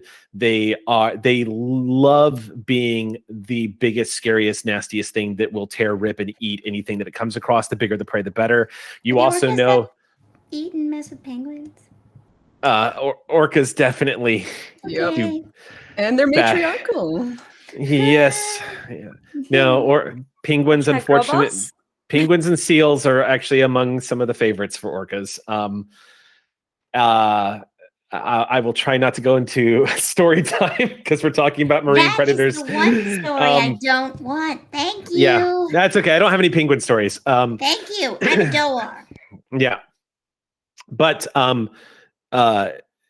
essentially white dragons are known for, they have a reputation among other dragon kind for being slower or not as intelligent. This is a huge mistake. White dragons are not unintelligent. They just don't have patience for manipulations or anything like that. They are raw dragon, essentially. They are the ain't nobody got time for this dragon. Yep, they just love being superior hunters. What did you were trying to make a roll, Gina? What did you want to know? Mm-hmm. Both, I believe Celestine and I did 23 for a history check, sort of on the information of the planet as a possibility of what might be down there based on. So what you get from this is that a planet like this. So first of all, it is strange that this planet does not. It's not unusual to hear about a planetoid that's being discovered in realm space because of all the asteroids that are out there. There are countless worlds in realm space alone that probably haven't been discovered yet, simply because they just live in shadow, or people have gotten really good at hiding them. But it is unusual that an entire culture lives out here on the edge, near the crystal sphere. It's pretty far away. This would be this is beyond the edge of realm space. There's one other world on the edge of realm space. Y'all have passed that sort of final orbiting realm. Y'all are now out towards the edge of the crystal sphere. And even out here, it's unusual to come across a planetoid that has a culture on it that's never been heard of. Sure. All you know is especially one that might have gone through an incredibly disastrous catastrophic change. Catastrophic that they had not reached out for help or needed aid in some way. It's hard to say. They may not be a spell jamming culture. That's entirely possible. Toril plays its spell jamming culture really close to the chest. A lot of people don't even know about the world above the skies.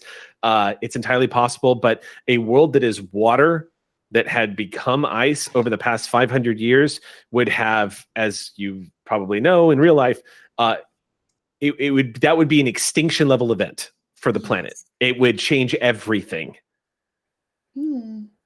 Maybe the dragon wanted to be alone.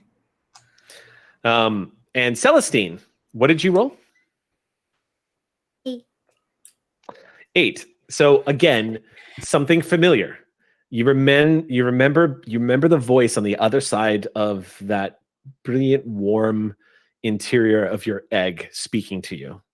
You remember the stories that were being told, and you start to suddenly remember that it was every day you saw the shadow beyond the wall of this egg sitting down, and you could hear someone speaking to you, and you cannot make out what they are saying. It's frustrating. You're remembering the words of Razin saying that out here, your memories change, that it becomes harder to remember where you came from. But you do feel this urgency because you're certain other dragons were spoken about, but you cannot remember what was said about them. That being said, with an 8, since you are close to the target number, you are at least given an impression that white dragons are dangerous. You will be big dangerous alpha dragon kind of mentality is what you're going into. Yep. Danger.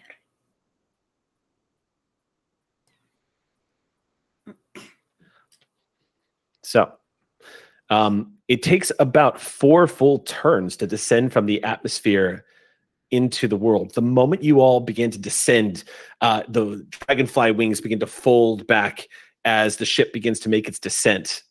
You, Grawl, you're not feeling it with your own skin, but you become very aware of the sudden change in temperature as you all breach the atmosphere. And for a hot second, there's this flame that emits around the edges of the hull as you all begin to descend. And then immediately you are all immediately kissed by frigid air. It is icy cold. Immediately, everyone feels that bite. Yeah, I feel like Grohl and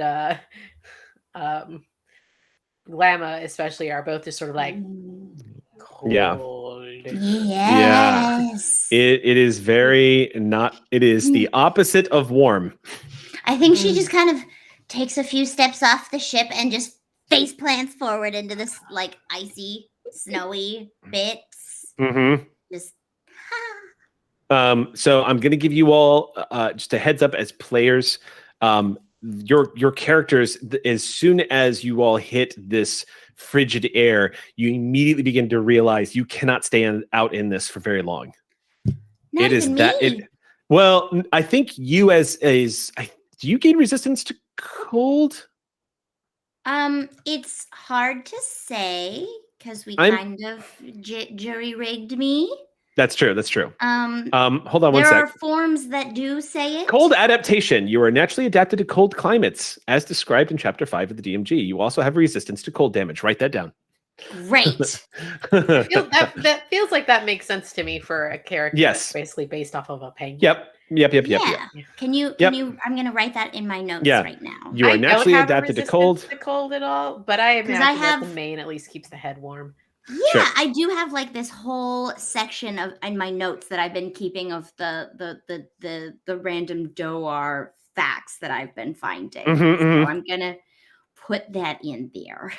So yes, if you have resistance to cold, now Sam, remind me, do crystal dragons have resistance to cold? I don't know that you do.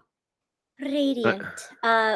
Crystal dragons build their layers in icy places, but it's because ice is like crystal. It's pretty, and the air is very sharp, which makes things that are sparkly very pretty. And the air is clear, and you can see the stars, which are sparkly, which means it's pretty. But because there's no innate cold resistance, it's radiant, like their breath. I figure it's more like, and then you have the ice layer, and within that, you thermoregulate. Like, crystal dragons seek out into snow, but crystal dragons seek out frigid, picturesque locations with clear views of the sky above their layers. Then gem cutters seeking to perfect. Polishing crystal dragons' layers are often found in polar expanses, dizzying mountain peaks, and glacial flows. This feels really nice. Celestine, does your the homebrew system that we are using, does it give you resistance to cold? Absolutely not. I think I like it. I think it feels nice, but you're adapted to it, but you don't have resistant to it, right? And yeah, I think it's more, I might bury into the snow like a sled dog kind of vibe, but that doesn't mean that I exist here the way that. Okay, so you're not in discomfort. It feels bracing and nice. But for the rest of you, including Apollos, there's an immediate sort of okay, hold up, we need to put something we need to fur up here because this is frigid air as you are all descending. It takes 4 full turns. Apollos can hang out in my jacket. Well, Paulus is definitely going to stay on board the ship because Paulus is always going to watch the ship and make sure that it maintains. So what's 1 cubic feet is on like a battle map? What would that 5 feet? look like? Like five by 5? Yeah. That's how it translates is 5 feet. Yeah. Okay, great. Thank you. I think since Glamma starts once she finally shakes off the snow, she sees that other people look cold, and gets like that. Just the beak exposes the like rows and rows of like the creepy little doar teeth. Oh God, a penguin with teeth. The penguin teeth. And she goes, "Do you all wish to be warmer?" My goodness, do I? and yes, please. She is going to spend the rest of this. I'm just establishing it now. She is. I will say that she is using a lot of mental energy. Not a lot because it's a cantrip, but she is. Every time you move, she is casting prestidigitation warmth in your 5 feet your 5 foot location of warm. She's just she's like so excited to make you like warm with that level of magic. Just so you know, what it basically feels like is warm breath. It basically, and it's 5 cubic feet, so it's not actually going to, system wise, it's actually not going to save you from the cold, but it is going to deliver some comfort. It's kind of like on set when you and it's like a really cold set and you give them the like heat packs for their hands. Right. Oh, when you open open up the restaurant outdoors and there's like that heat lamp thing, and like that's exactly that's more comfy, but that's what I'm doing. Descending from the sky, you begin to get a good look at the surface of this world.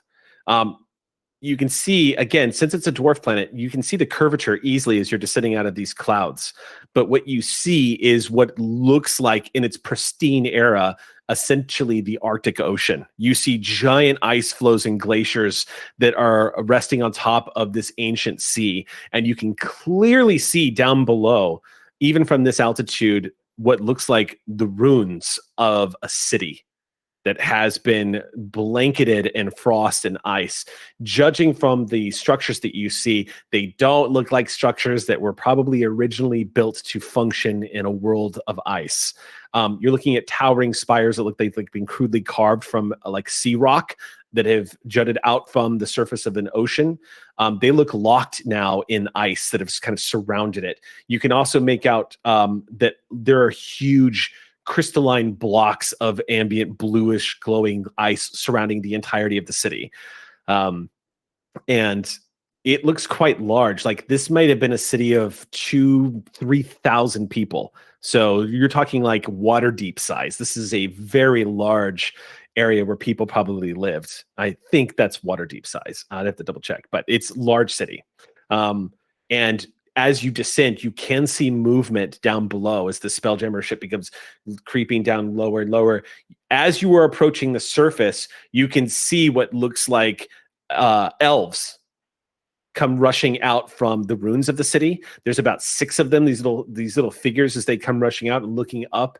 A few of them look like they are armed pretty heavily as you were all descending. A few of them look like all of them look like they are heavily garbed in something, like equipped to brace against the cold. And eventually the dragonfly ship you lower it down, Grawl, and you can feel the legs of the ship just sinking deep into the snow until you feel that grating sound as it finally touches the ice and just and the great wings begin to immediately fold down. Now that we're 4 turns into the environment, real quick, before we go to break, I'd like everyone who is not resistant to ice to make a Constitution saving throw.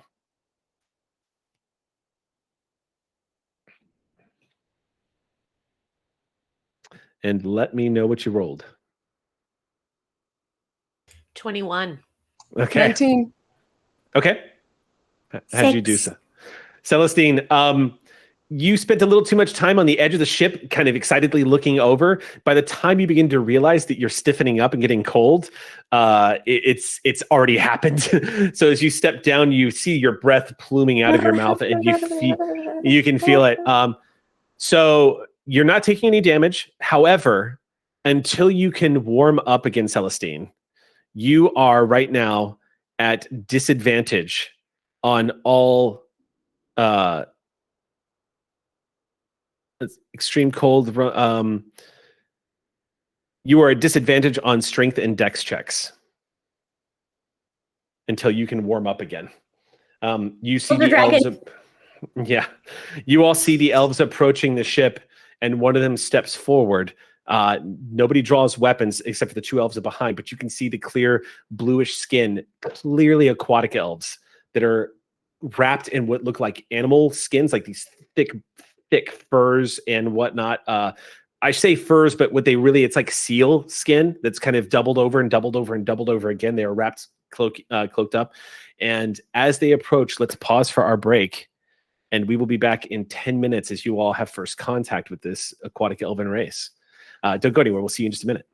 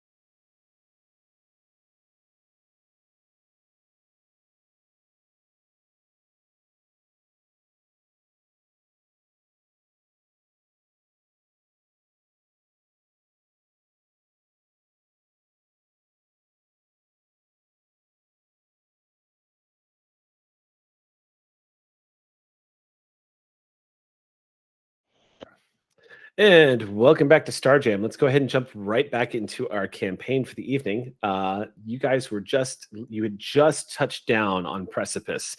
This is a dwarf planet. It is an icy world.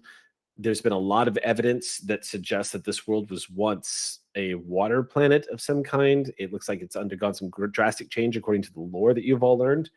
The aquatic elves that greet all of you as the ship touches down, they see you're already, without having to make an insight check, they're not masking how standoffish they are. One of them has stepped forward. The others look like they have spears that look actually quite articulate and ancient. You can see that they are made out of this beautiful silver. Does have sort of inlay reds and whatnot that kind of contrast against this brilliant shining metal that's reflecting the ambient bluish glow of this planet. So they look like they are a fairly advanced culture that is living on the edge right now, from what you can tell. They're bundled up pretty heavily as they approach. You can hear their footsteps crushing through the snow as they walk up to the side of the vessel. And one of them, the one that steps forward, a tall, slender elf, probably about tall for I'd probably put him around like maybe 5'10", 5'11". Angles, those sharp angular features, buried underneath like what looks like the hood of this sealskin looked cloak, looks up and waits patiently for someone to announce themselves. Doesn't say anything, but she seems to be waiting. Does not have a weapon on them. They are flanked left and right by bodyguards. I think Glamma probably waddles forward a little bit and out loud just goes, "Oh, I'm so happy some of you survived! Wow. The elf we thought with the ice you'd all be goners." The elf looks completely mirthless as you say this and gazes back up with a quirked eyebrow. Doesn't say anything yet. We are rangers. This is our ship. We've come in search of... My name is Grohl, and your name is? Glances back at the elves. Who here can speak Elvish?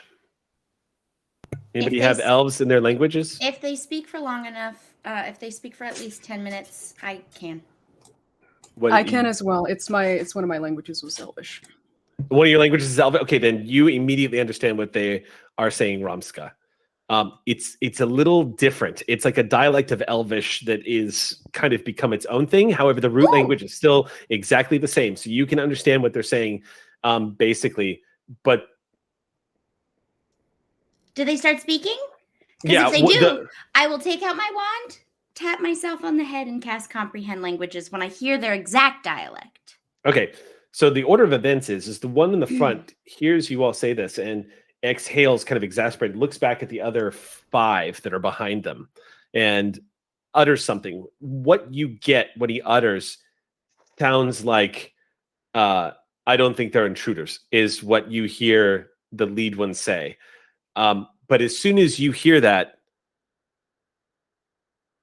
Glamma, you start casting your spell. The moment you pull out your wand, you see all of them stiffen as you begin to cast your spell. They look like they're on alert, but it's an action. You do it, you cast it, nothing happens. Everyone seems to be a little alarmed by your spell casting. The arcane energy that begins to form around the tip of the wand. You are using the wand, if I remember correctly. Yes. Okay. No. Sorry. Your arcane focus, not the actual wand. Correct. I'm still, I'm just using the wand as the way she casts her magic. Okay, so so the lead elf turns back to face all of you, but he only faces halfway. It looks like he's in a position where if he needs to run, he will, but he doesn't move as he watches you carefully.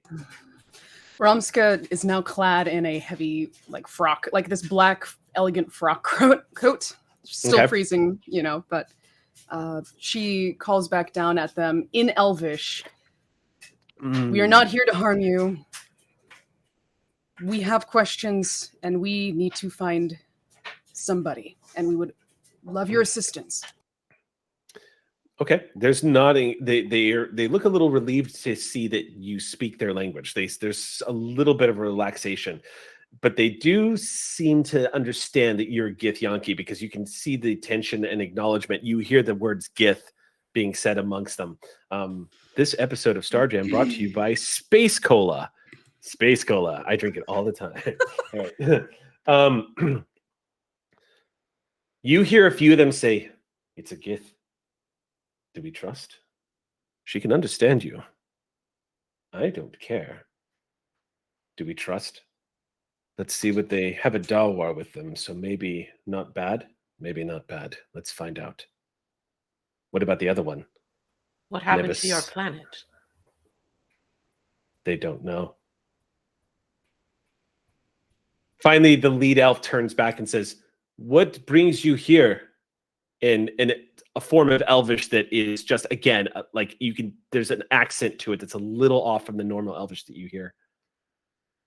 I think that Grohl looks down at his feet where probably Celestine may be hanging out. Last I recall, they did say they are shoulder dragon, which is probably to keep warm. Okay, so they're I think it's just kind of like a little through the mane, kind of. Yeah. I think he kind of pushes it back just a little bit so that Celestine's, like, I don't know if Celestine wants to be seen though. It's like, does he have the impression that they want to be? I think it's just starting to poke the snoot out of like, am I allowed to be seen yet? And I think that he kind of pushes the mane back just a little bit to kind of show off Celestine's face to the elves. Okay. And like when he does that, like he's also got his like he's ready, like he's got his swords across his back, like he just kind of reaches up, like it looks like he's scratching the back of his head a little bit. It takes a moment. It takes a full moment, like for it to sink in what they're seeing. But you see the facial expression change in the lead elf as those angular features begin to slacken and the eyebrows raise, and he goes. Takes a couple of steps back. Is fear very obvious? If y'all want to make insight checks on all of them, feel free to. If you would like to get a sense of what they're experiencing, because it kind of a domino effect begins to take place as they spot Celestine. So go ahead and tell me what you all rolled. I would like to happily announce that as I predicted in the first half, the worm has turned, and I rolled a 7. Real quick, by the way, everyone should have an inspiration point by now. So if you don't, make sure to click that on your character sheet. Thank you so much. I rolled a 13. Okay. Okay, cool. 15. How about you, Glamma? I rolled terribly. What about Wixel? Yeah, let me roll for Wixel. I think I'm far too distracted. I think I'm like, these elves are really cool. Oh. But look at this beautiful ice palace behind them. Wixel rolls an 18. So Wixel immediately goes, "Oh, they don't seem to like that too much, whatever's happening right now." What is happening right now? We're not here to hurt you. But their reaction as you're talking, Grawl, they've taken a step back as the one that spots Celestine. Celestine, this might be the first time you've encountered a humanoid that looks at you with fear. You can see it in their eyes, this reaction of dread the moment they spot you. As this elf just takes a couple of steps back. As he does, the 5 behind react immediately. There's a gasp talking. You hear one of them say, "Dragon, dragon." And they clutch their weapons. They don't lower any weapons towards all of you, but they all look like they're getting ready to run. You see them take kind of a couple of steps back. Romska is going to, if it's okay, with Celestine, place her hand on them and outreach with palm open, speaking towards these elves. "We are not here to harm you. We promise. If we did, do you think we'd be standing here discussing it?" I'm going to say make a persuasion check, and I might have penalized you with the presence of Celestine, given their circumstances. However, you're talking sense, so just make a flat persuasion roll and add whatever bonuses you got. Is it possible for one of us to give her advantage by assisting her? Not really. Okay. Yeah. Well, I got an 11. Because Ramska was like a little like kind of just a little rough and scared, like a little intimidating when she was saying that, like with this amazing dragon, like right there, like we're not here to harm you. We whatever. The fuck is your problem? Yeah. So that Gith anger cannot help but bubble up as you feel these elves are judging Celestine. They only just saw them. Like you feel that Gith anger kind of boiling up as you say this. They do not have a positive reaction to this. They do not flee, but you can see that they are completely on edge. And again, the one in the lead says, "State your business or go." You're muted, Gina. I think Glam is gonna walk up now and just be like, I think it's time I do the talking now. And kind of waddles, has put her wand away. The ramp of the ship comes down, hits the ice. Yeah, okay. Just right back up the sleeve and just kind of waddles and just sort of says, you can speak to me in your language, but do you understand me? And I'm going to speak Doar since I did hear that they said Doar. So they might understand Doar. I'm not sure because I don't want to, in case they kind of only know some version of Common. I want to speak in that language that they're more comfortable hearing, I guess. Right. Well, when you ask in your language, you just see the reaction from them. They just kind of, you see him kind of look at you questioningly. It's clear he doesn't understand what you've said. Oh, you don't speak Doar. How about, and I speak in Gith. Just how about this? They look at each other kind of curiously at you. Common? Oh boy. Okay, how about he nods. Can I Ramska? I will translate. Thank you. Ramska comes down and to join her. Okay. I reach out a flipper to show we are going to speak together. So they seem to be reacting from a place of acknowledging that you are all not drawing weapons and charging at them. That you were making an attempt to communicate. So despite all the awkwardness, they are still on edge, but they seem to be waiting patiently. Okay. Yeah. So now I know that you're all very frightened at the image that you see with our lovely Celestine. Now I know that you have had some very dangerous encounters with your dragon. And the business we are here to do is we have come to meet with the dragon you fear. You're translating all of this? Yeah. I'm guessing. So Ramska is translating everything that Glamma is saying. We know what they did to this planet, and we've come to find out why and get some answers of our own for our lovely dragon. You are friends of the dragon? Not yours. No. I imagine he's going to be a bit cranky and brutish. But ours, yes. Ours is lovely. Ours is a dragon of crystal. I've been introduced. I can tell. I would like to pounce down and prance a little down the gangplank. Okay. To us, and observe our beloved Celestine. It's a delightful show of adorableness and excitement. To the elves, they immediately react like they are being approached by a lethal predator, and they begin to slink away. What's up? Can I, while I've been announcing all of this and presenting our dragon as way, way, way better, I'm doing a full TED Talk presentation about Celestine. You can make a persuasion check. May I do that while also doing an enthralling performance? You're gonna use your bardic ability? Yeah. Sure. I would like to charm them for 1 hour so as not to make them afraid of us. I'll go ahead and give you a heads up right now that elves are traditionally immune to charm effects.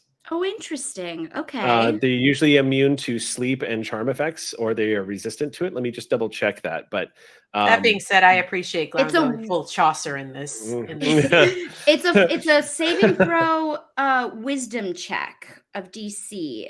I'm not I get Okay. I'm not sure. Let me double check.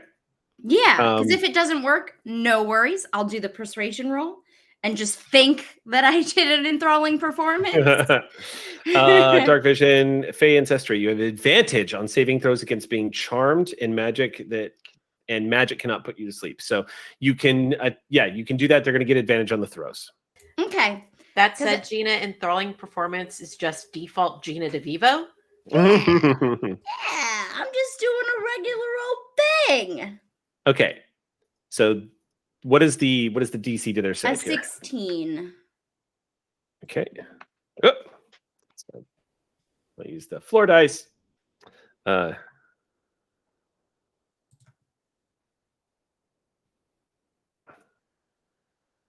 Okay.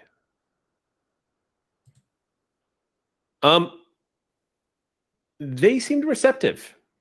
Oh. They start listening to you, leaning in a little bit closer. You can see their shoulders relax a little bit as they kind of start listening to the Dawar kind of give the exploits of like, oh, well, when Celestine first came out of the egg and the destruction of the, you can see the sort of bewilderment and wonderment, and they kind of lean back forward like they're not preparing to run anymore. The 5 elves behind the main elf kind of relax a little bit on their weapons as they're listening to you pretty closely and kind of constantly looking back at Romska. I should tell you that technically, using a translator for your charming effect wouldn't normally work because they have to be able to understand you directly to use your bardic abilities. However, for this instance, because sure, I will argue that they listened to me perform. They may not have been able to understand it, but performance that's what I was going to say. Transcends language. What I was going to say is you're so animated and happy and excitable and constantly using body. It's like Shakespeare. The first time you hear it, you don't know what's being said, but you get the gist. An opera is not in most languages people speak. So in this case, they lean forward and they listen intently. They keep looking back at the gift. What's funny though is like you're giving this beautiful, charming performance. It's attracting them, and when it goes through Romska, it's like, and then Celestine ate the Mind Flayer's brain thing, and Celestine's very nice and monotone, like a little on edge. By the time you're finished kind of explaining what the situation is, they have all gathered closer. The 5 elves from behind are looking at Celestine cautiously, but not with fear anymore. They don't want to get any closer, but they haven't become hostile, we'll say. And they are acknowledging what Grawl has been trying to tell them now too. Obviously, like all of you have kind of put them at ease. And Wixel has just been like, are we friends now? Yes. Luckily. So the lead elf turns and very quietly says something that actually gets kind of lost from the howling, icy wind that is blowing around all of you. And when he turns back to all of you, says,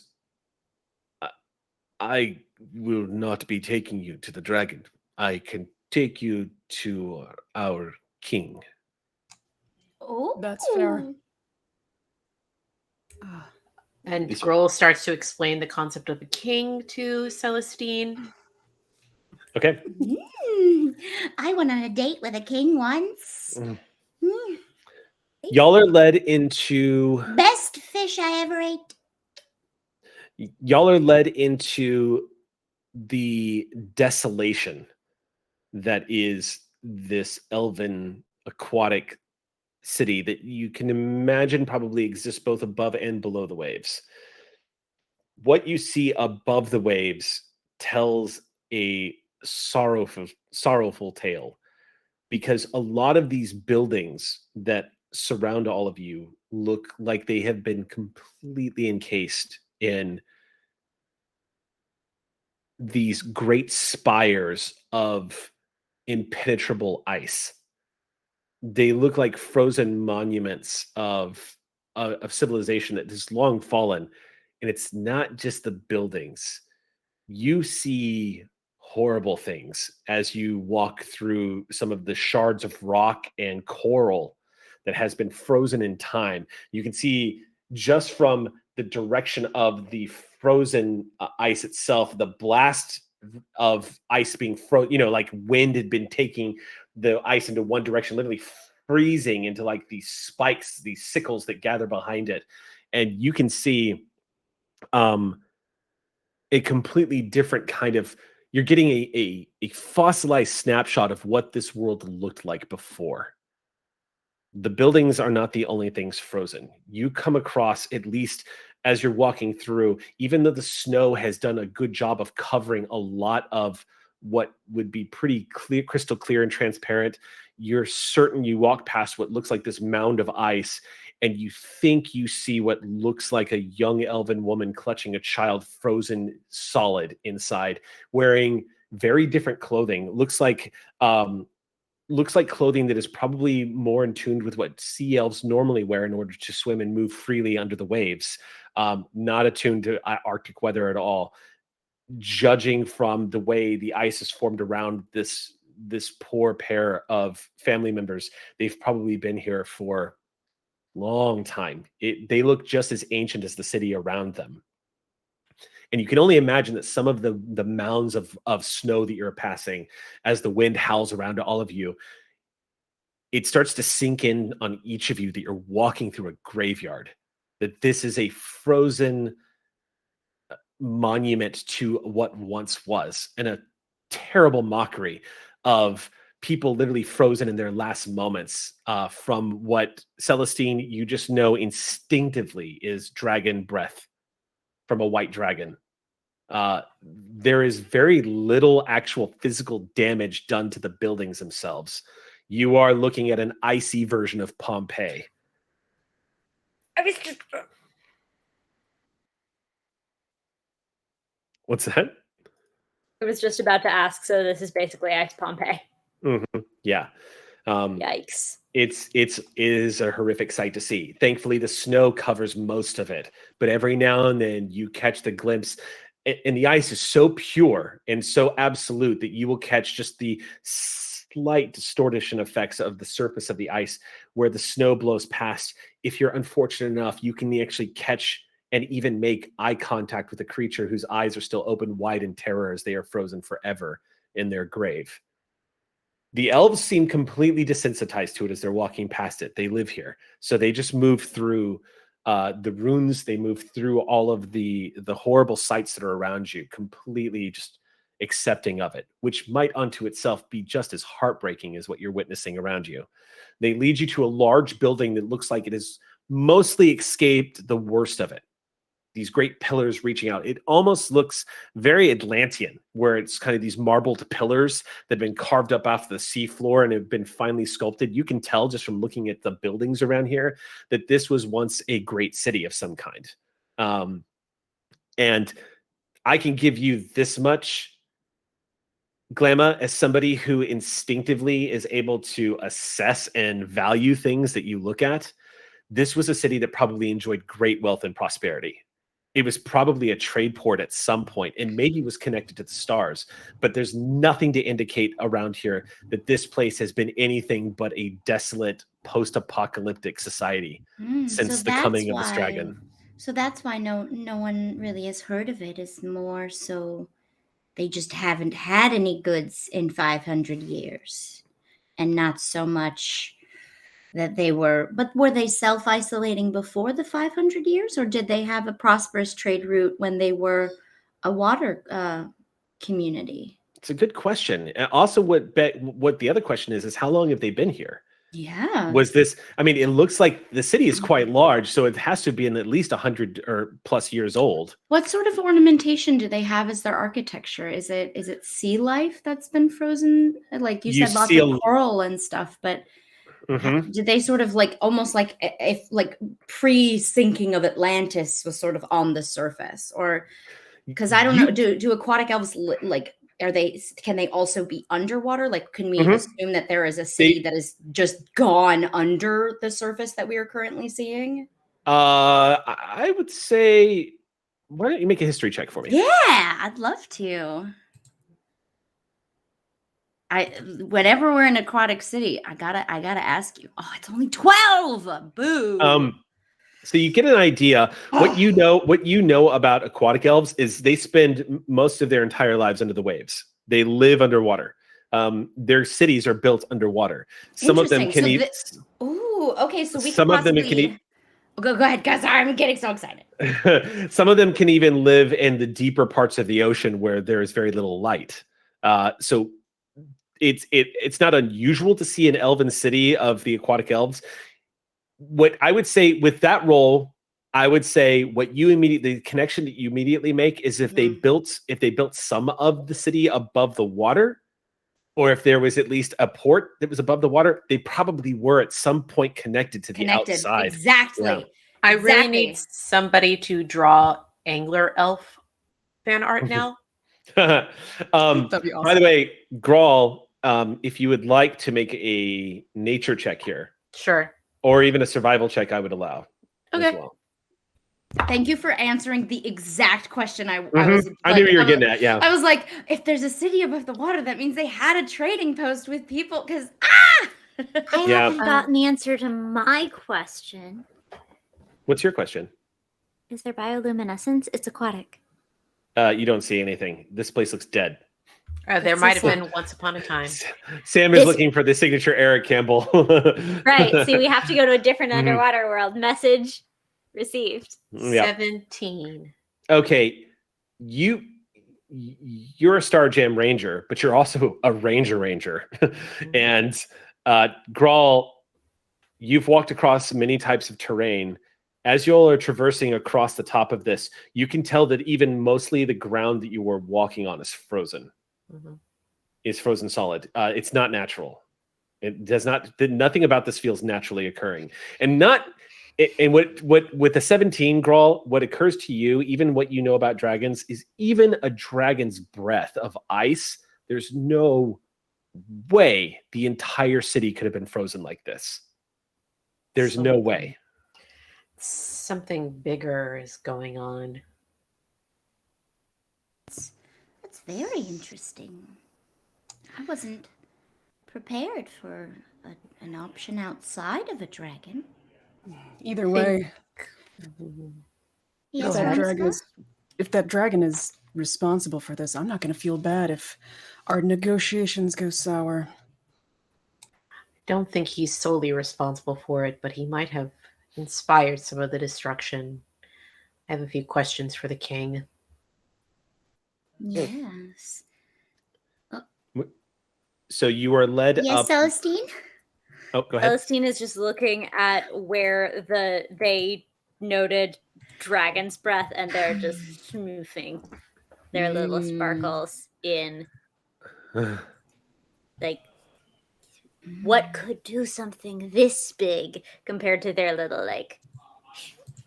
Their little rainbow burps. Your words, not mine. But now that you mention it. So they lead you to the steps of this temple. The steps themselves have been completely encased in ice. And what you see at the very top of the steps, it looks like a rope-like item has been hooked in for people to use to basically pull themselves up the ice ramp that is now leading to the top of the platform where the temple is. Each one of you is handed one of these as to help you navigate, get up the slippery ice scape. Celestine, your claws will do the trick just fine.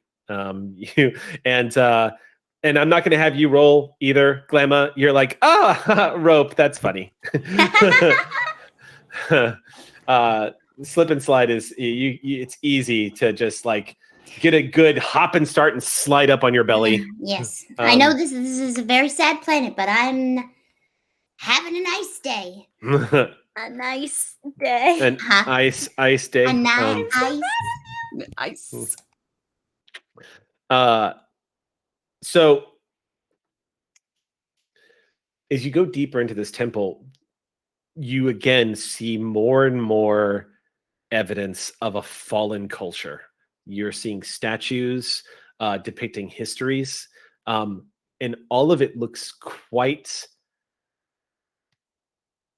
beautiful. It's sad to see it like this. You're seeing like sculptures of people like handing each other scrolls. You're not sure what the symbolism here means, but it seems to be monuments to learning and scholarship. Most of these marbled statues look like they are carved from rock from a seabed. They do have what looks like barnacles on them, still frozen in ice. But what you remark immediately is the interior of this temple. As it opens up and you all enter inside, you can see seawater. Like if you can picture an ancient Greek bath, like the moment you walk in, you see it would be like a great bathhouse where there are walkways on the side, and in the center you would see the water and the steam rising and all of that. Instead, in the center, you see the water, but it descends into the ocean. So you can see seawater lapping up on the inside of this temple. You can see little slivers of ice floating on the surface, but for the most part, it looks like the ice here has been crushed or kept loose and is being removed. You can see that there are fires that are lit inside here and people huddled around them. And also skins that are being held up and stretched out on what look like racks that are being held up. It's a stark contrast to the civilization around you. Seeing them live a hunter-gatherer lifestyle within this temple is once again a reminder of the direction their culture has had to take with the city fallen the way it has. But everyone is watching you all. You see 30, 40, 60 sea elves all gathered here onto the surface, huddled in animal skins. You can see creatured skins that look vaguely like walruses that have been skinned and their pelts are being hung up. You can smell meat cooking as well. And there are areas towards the back where you can still hear like the drippings of water and whatnot. But you are led to the back of the temple where a congregation of sea elves have stepped aside and are having conversations. Everyone, again, bundled up and dressed warmly as possible. As you enter, you can see this might be what's passing as a throne room. But what you see is ice has been cleared out of here. And the marbled floors, all these furs and skins have been laid out all over the floors. So the moment you step in, Celestine, your claws are no longer touching ice. But there's a lot of whispers happening as you all make your way through here. An interesting looking bunch, to be sure. A Githzari, a Githyanki, a gnome, a Dowar, a Grawl, a Leonin, which probably has not really been seen here before, and then a fucking crystal dragon hatchling walking through here is getting a lot of looks as y'all move through. People parting ways. The figure that you must imagine being the leader or the king is simply seated kind of half on, half off what looks like a broken pillar that is has mostly shattered and is laying on the ground. These big like chunks of marbled rock have basically formed an area that he's just using to sit on. It's something, it's pretty unique to come across an elf where you can see the age visibly on their face. It denotes that is an elf that is quite old. This elder sea elf has ashen, whitish gray hair that is pulled back tightly. It has grown long and is kept in a ponytail, but he is covered in what looks like jewels and pearls around the necklace. Not wearing a crown or anything, but is heft up in what looks like an extra layer of clothing to keep himself warm. And he is holding a spear. You can see, even from where you are right now, a few, maybe like 30 feet behind him are a few hallways. And Celestine, I need you to make a perception check. Those are some mighty fine pearls. 12? Okay, it's not easy to miss. The others are watching the king. You, Celestine, your eyes wonder because you catch the glint of something about 30 to maybe 40 feet away in the back of this great temple area, behind what looks like the destruction of a statue that probably once was gigantic in size and is now nothing more than broken a pair of legs standing on a platform. You can see what looks like the remains of a king's treasury. I'm going to need you to make a wisdom saving throw, please.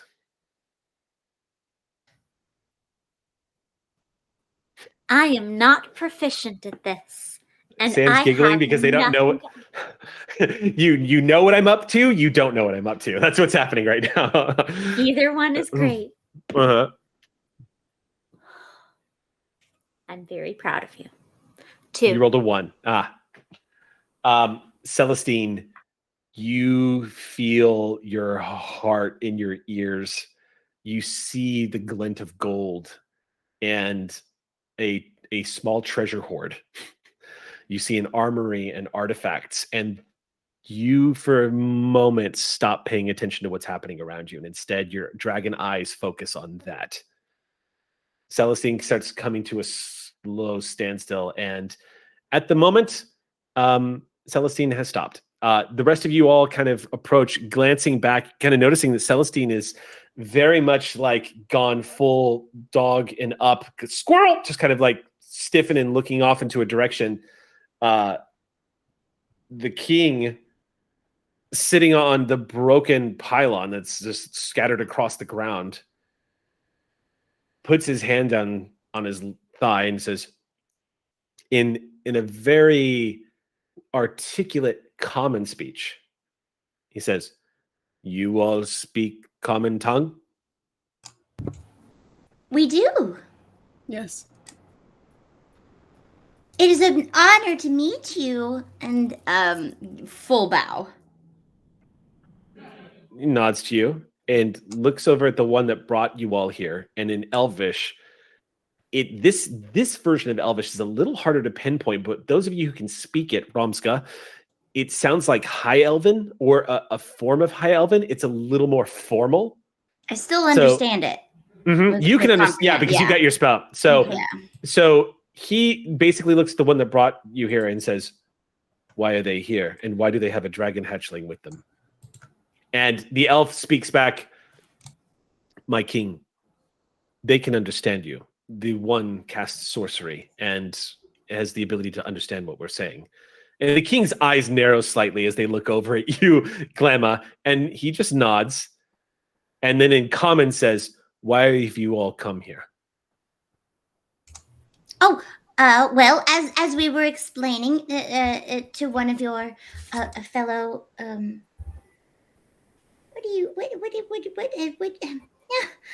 look at me. I'm in the presence of a king, and I'm getting him tongue-tied all over again.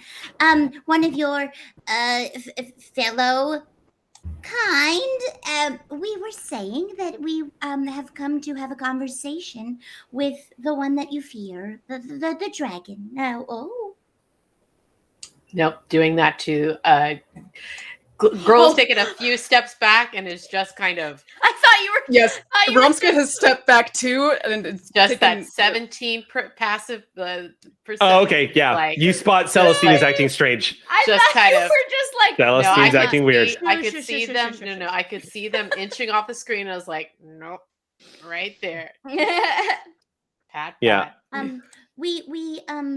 We had no idea that there was anyone still alive on this planet. The last information that we had heard was from nearly 500 years ago, as I'm sure you might have been around for it. I have so many questions, but the reason we have come here is we believe that there is a dragon that has information that we require to aid in our assistance as rangers. It also seems that perhaps this dragon has caused. When you start talking, immediately, Grawl, the elf whirls on you with fury in his eyes. The moment you start offering up an addition, like all of the elves immediately react the moment you start to speak. You can hear the clanking of weapons, and the king immediately raises his hands, and the room just goes from 0 to tense immediately. And it cuts through the silence. In Elvish, at the king, is there a problem, Your Majesty, our friend? The other elf immediately faces you, Romska, and with a edge to his voice says, "It is tradition you only speak when the King Tevelin speaks to you." Understood. in Elvish. This king, who apparently name is Tevlin, says, "Be at ease. These are the first outsiders that have come to our world in generations. We can be at ease." And slowly the elves begin to calm down. The king turns and looks at you and says, to you, Grawl, and says, "My people cling very tightly to our traditions. We have very little left." I meant no disrespect. He nods and says, "I know you did not. As I said, my people cling to their traditions, as it is all we feel we have left. I am old enough to remember a time where we spoke to off-worlders like yourself. It's been some time since anyone has found our world. We have been lost to the celestial maps of the skies." I believe that is part of Kazuba's design. He nods and then turns back to you, Glamma, and says, "So, you wish to have a conversation?" Well, that's the word I use. Maybe some of my fellows have a different idea of what might happen, but we do believe that they have information that is incredibly important to the safety of all the realms. All the realms. Yes. You see, our lovely friend, here. So, as you do that, Yes. you direct attention at Celestine. Mm-hmm. As you have done that, you turn and find Celestine is currently in the process of trying to break away from the group and is being held by Wixel, Yes. by Celestine's tail. Celestine's feet are kind of moonwalking on the slippery floor as Celestine is like trying, like a cat on like a freshly cleaned like tile floor, trying to move. And Wixel is trying to like play it off like, this is a game we play, kind of like play it off as much as possible. But all the eyes turn and look at the crystal dragon, who is just locked in on the treasure. It's very obvious that just like you can see Celestine's head is lowered. Their neck is elongated like a pointer, just kind of stiffened spine, ready to pounce, kind of like eager to get over to it. And this elicits a lot of dark looks from the elves. You get the impression that they have enough experience with the dragon to know what's happening here. What you all are seeing for the very first time is a strange compulsion that seems to be overcoming Celestine right now. I am well aware of this compulsion. Money is great. So I without even hesitation, I noticed the looks, but again, a negotiation. There's gonna be weird looks. There's gonna be weird looks. It's all happening. So our lovely friend, who was but a mere child, only hatched a few moments in our time, and only a blink of an eye in yours. And as far as I've known them, been nothing but a gentle soul. Not unlike the one that we believe has caused you such great pain. Immediately, one of the elves steps forward in the court and spits in Elvish. You can, those of you who understand it, hear him basically say, "We should kill it while it's a hatchling. Kill the friends, kill the hatchling now before its dark heart tries to take everything else we have left." You can see the fury in the elf's eyes, just spitting this as he's pointing at Celestine. And forgive me. Look how it lusts after your treasury, sire. Look at it. And the king, you can hear this. Go ahead, and what were you going to say? When they say that, I'm going to appeal to their traditional nature in particular, and make eye contact with that elf as best I can, and say, "Do you dare dream to think and demand of your king that you know better than your highness. Make a persuasion check. And this is going to be at disadvantage. Okay. Would it be? Can I? Oh, I just want to say, like the raised tension in that Elle's voice. Would that be enough to kind of ping Grohl's like protect? Grohl, I would say make an insight check. Okay, cool. So yeah, just I'm gonna use my inspiration to make this net not a negative. Okay. I'm gonna use my inspiration to roll with advantage. Okay. Yeah. You're popping off them inspirations. Yeah, so just continuing to say your king is wiser and much older than you, and it is incredibly rude to speak above your king. Ooh! Okay.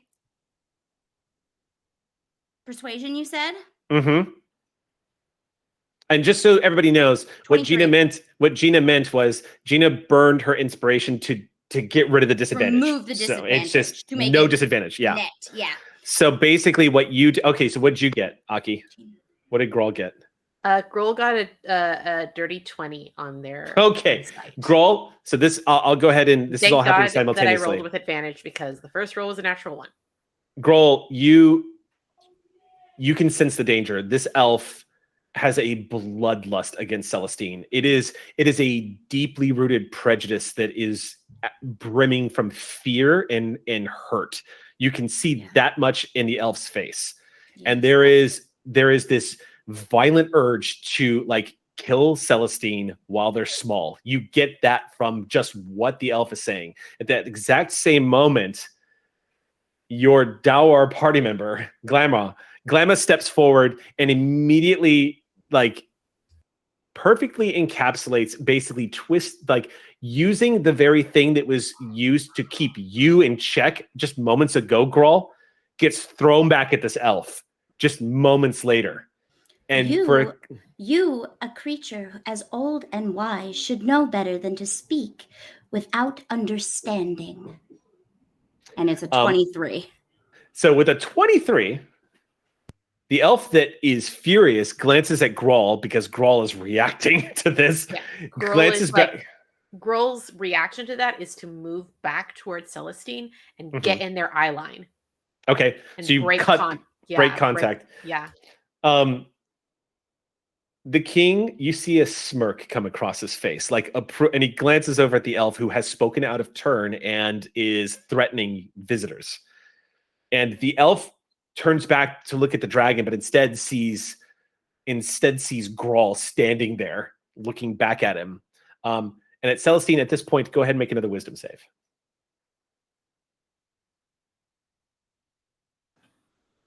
Story die. That's a 19. That's a 19? Yep. The spit, the vitriol that you can hear coming out of the elf's mouth, you can feel the tension. I mean, really right next to where you are, Celestine, you can feel Vromska's hand kind of like it's like Doc Holliday tapping the edge of his pistol, like if he's got a draw. You can see Grohl has stepped between you and the elf. You suddenly become aware of the tension in the room. You suddenly become aware of the looks around you. You see all of these looks of fear, of uncertainty, and of the elf that was standing in front of Grohl, pure hatred. Like you did all of this. The king, however, in front, you see the king is kind of smiling warmly and is nodding at Glamma, and then an elvish looks at the elf that has stepped out of line and says, "You're out of order. The Dawar is correct. Step back, young one." Without a moment's hesitation, but shame on his face, he takes one step back and another, and to his credit, steps behind everybody else and remains silent. Celestine, for you, it's a sensation of snapping out of it. And for a split second, you're not sure what came over you, but there was this intense urge to get to that treasure. You still feeling sort of like this curiosity, this need to be around it, but it doesn't feel overpowering so much. You're just kind of like, no, I'm okay. But the The scene continues as the Elven King rises and says, "The dragon you are seeking. I cannot imagine what conversation you could possibly have with the ice gore. This dragon has destroyed our world. We once numbered in the thousands." Sorry, I can just hear Joey swearing at the top of his lungs in the background. It's almost like that young elf is just like in the other room, just going, "Fuck." God. Tonight, the role of the angry, impetuous young elf will be played by Joey McMillan. Perfect. I'll let him know. Let him know that he did a great job playing a pissed off aquatic elf tonight. But the king, the king, you see with trepidation in his eyes, just says, "Kazada is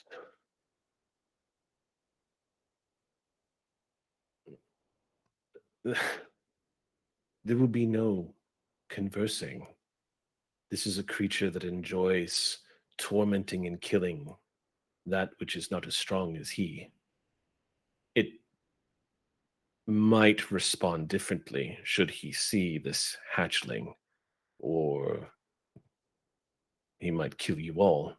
I will not stop you if you wish to go to speak to him. He lives here in the city. We have lived our lives under his shadow. The 300 sea elves that gather around this temple are all that is left of our city of thousands. We are dying. He hunts us. He lords over us. If you venture into his lair, you will be taking your life into your own hands." May I ask, Your Highness, how did one dragon destroy all of this? Sense of like hopelessness passes over his face, and he shakes his head and says, "We do not know. He descended upon us and attacked the city. For days he attacked us. It seemed as though we would fight him off. And then suddenly, cold winds began to blow. He was nowhere in sight, but the sea began to freeze. I remember it very well. There was a Spelljammer vessel in port trading with us that very day. Really? And he nods. And he says, I watched as the ice swarmed over its hull and take it to the bottom.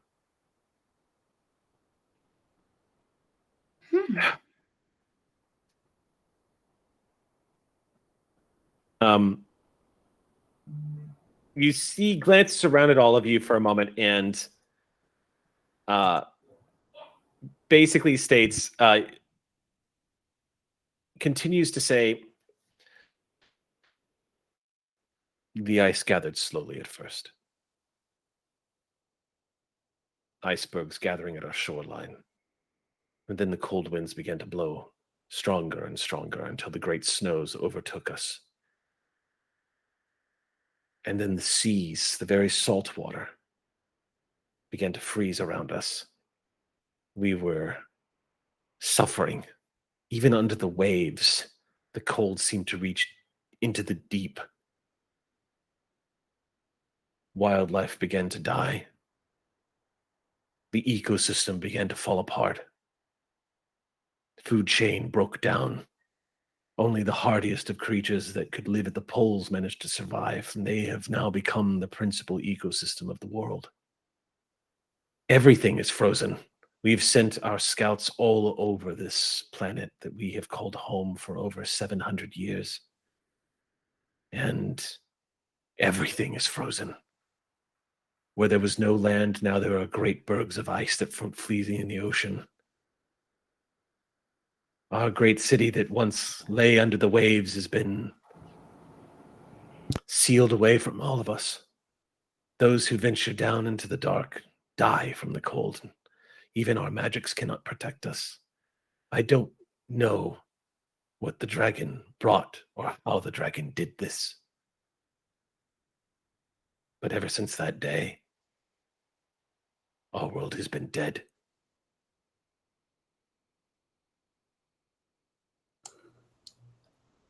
Ramska approaches and, if I may, and in a very almost uncharacteristically elegant bow to the king, asks permission to speak. He nods. Were there any others? Anyone else? Anyone who may have visited before this great atrocity? Just the traders that were there that day. Is there anything else you can tell us of the traders? I was a boy when they were here, but I remember humans, a diverse crew, as you might imagine, as those who travel the stars. Their spell-jamming vessel was very much like a tall ship with 3 masts. Seemed to be made of wood, strong, hardy wood. Crew of perhaps about 30, perhaps 35. These are the things I overheard our harbor master speaking to them. I remember that day very well. And they brought goods into the city. The dragon was with us back then, but did not approach the city.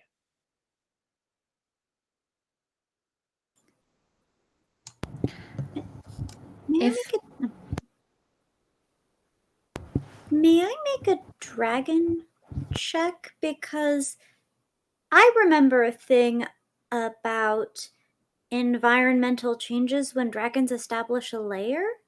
Mm-hmm. May I roll to see if this could be a variation on that thing? Mm-hmm. Absolutely. It's in the region it gets colder when it's like a white dragon or something. The dragons are, go ahead and I would say, what'd you roll? Natural 20. Natural 20. There it is. Tell me about dragon things. Celestine, the voice from the other side of the egg, you can hear it so clearly. You even get a fraction of feeling of you almost think you have a name. You hear your name being spoken. You're aware that the person on the other side of that egg is a dwarf. A vassal of some kind speaking to you. A book is open. That voice is so calming. It was the first voice you ever heard, and it's reading to you. It's always read to you. It's told you stories. It was telling you about what the world was like, waiting for you on the outside, the responsibilities that were going to be put upon you. The dragon, the great, it slips away. But then you start remembering, yes, a lesson. One of the first things that you started learning about your kind. Dragons are elemental creatures. Primordial creations, if they are the first children of the gods or of Io. Yes, when dragons make a lair, slowly but surely, the realm surrounding them, sometimes in small vicinity, and depending on the age of the dragon, sometimes in great vicinity, it does start to take on certain characteristics, like the land itself responds to the presence of a dragon. Swamps that might be home to a black dragon might become more insidious or toxic, noxious as you're wandering through them. It might be harder to traverse it. Forests might become thicker. The plant life might become poisonous around the lair of a green dragon. Yes, there is a science to that. Yes, absolutely. And it's entirely possible. But Celestine, this is a planetoid. At least 14 to 1,500 kilometers in diameter. That's unheard of. That's a lot. That is well beyond anything you remember learning. Celestine will shoulder dragon onto Grohl and will whisper some of those things about what they remember about layers and the egg and the nice voice, all of which is equally relevant, obviously. Okay, so the German Shepherd-sized dragon hefts up onto your shoulder, almost causing you to topple over, Grawl, as Celestine latches onto you. It's enough to actually cause a bit of the people in court to start as your wings just fold open and you land. Some people watch wide-eyed as the way you move. But yes, Celestine whispers all of this into your ear, Grawl. Interesting. Would you like to tell the rest of them the story too? Or should I? The king is watching you. They look to Grawl and make sure that this is for real, this is okay, and then they'll pounce down in front and they will sit with that perfect sit. With the front claws perfectly in between the Larry two. Elmore drawing of a dragon just sitting upright kind of thing. Yeah, you just kind of come to a perfect stop. Yeah.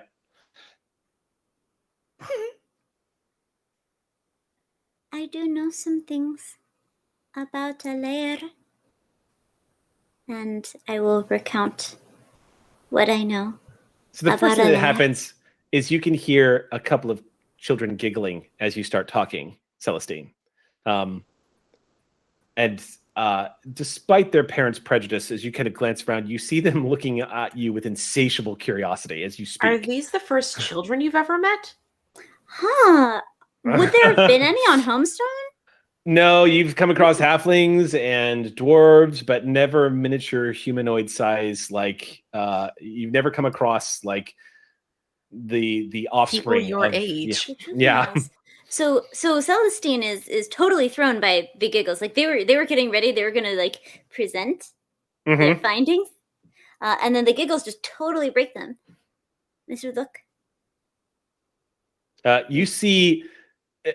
I mean, it's reading the body language. You can see the delightful energy that you often express yourself in the faces of these kids who have been told to fear dragons, but see you and just aren't making the associations. They are not overburdened by the prejudice of their parents. Instead, they are delightfully curious and interested in you.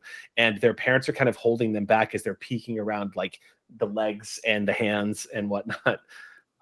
The king Celestine who's before you is drops their totally perfect stony sit face. Onto one hip, the hip by the side of the children, and they're still looking to the king, and they'll occasionally look to the children, and they have someone to tell the things to now that they see eye to eye with. And so they're telling all of this, including all of the stuff about the nice voice, because it's all equally relevant. Okay, you to the children at story time. Okay, you just start expositing this. Now, I will say that the king has a very stony face, not charmed by this at all, or by the presence of Celestine. This is a king that has lived the past couple of centuries under the shadow of a dragon, so does not look particularly charmed.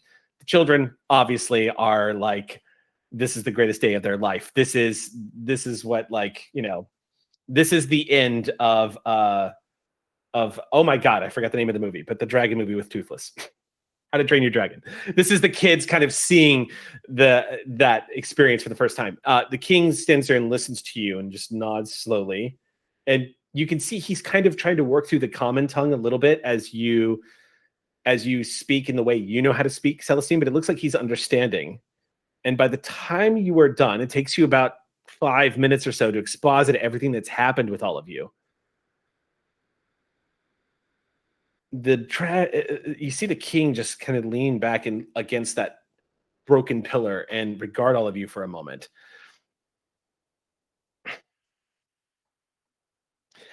I've never heard of this void that moves, but it sounds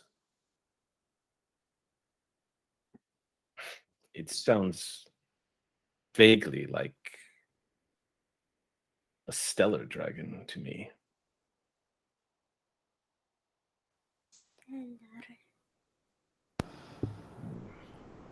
I think Glamma looks at Grawl because Grawl has all the dragon facts. Like, what? If you want to make a history check.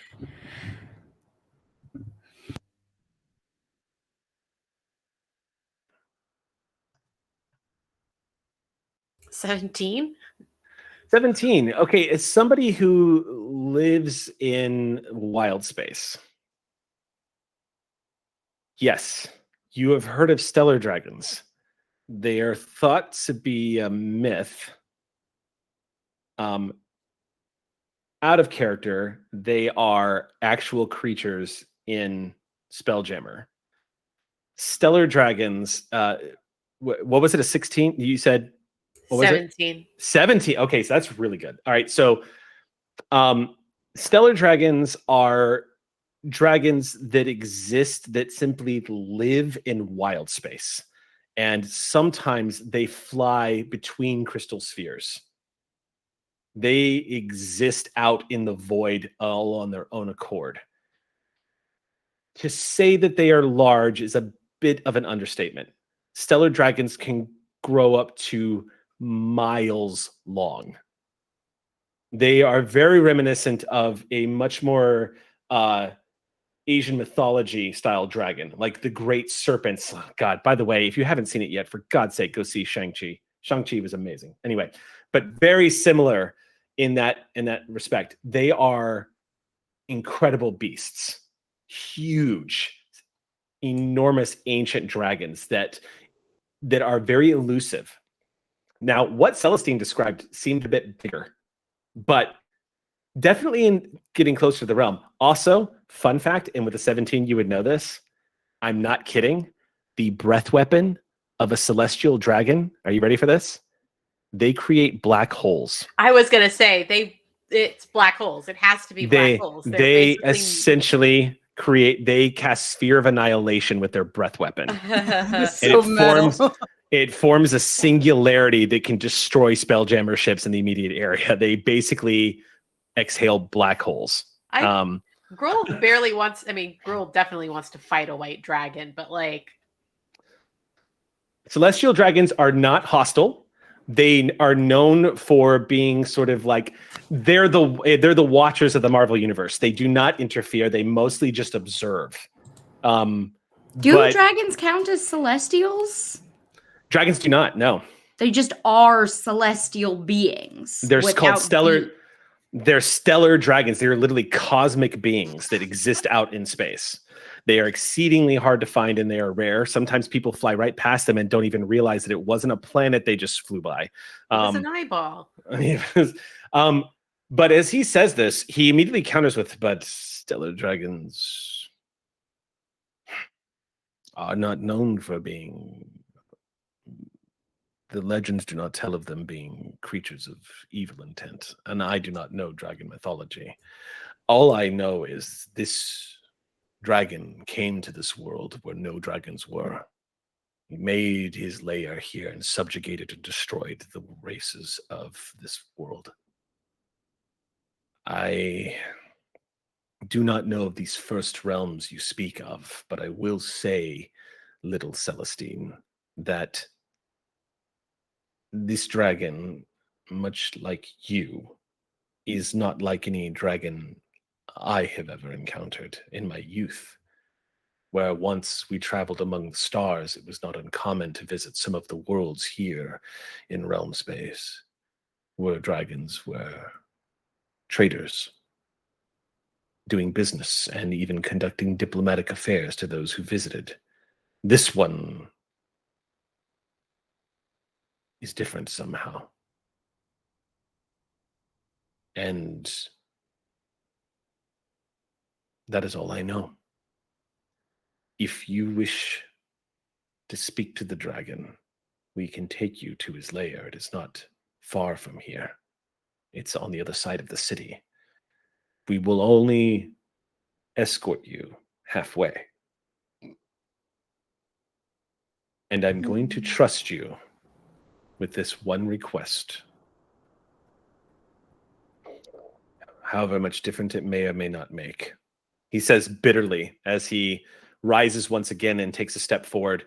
All of the aquatic elves are suddenly just on the edges of their seat listening to what the king is about to say. And he says, if you approach this lair and speak to this creature, the doom of my people, I only ask you do not mention us to Kazaba. Kazaba is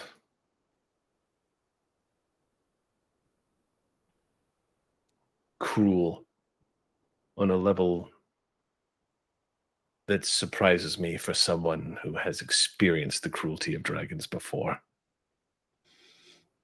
Oh, I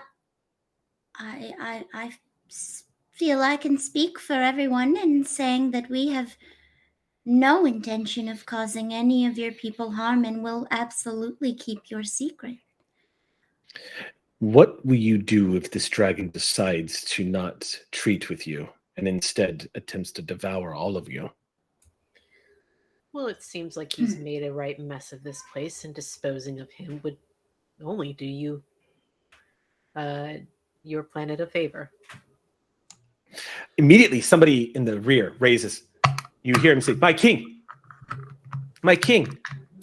And he leans back. A few of the aquatic elves part, and striding forward, standing at about 5.5 feet tall, is what looks like a woman who pulls back her hood.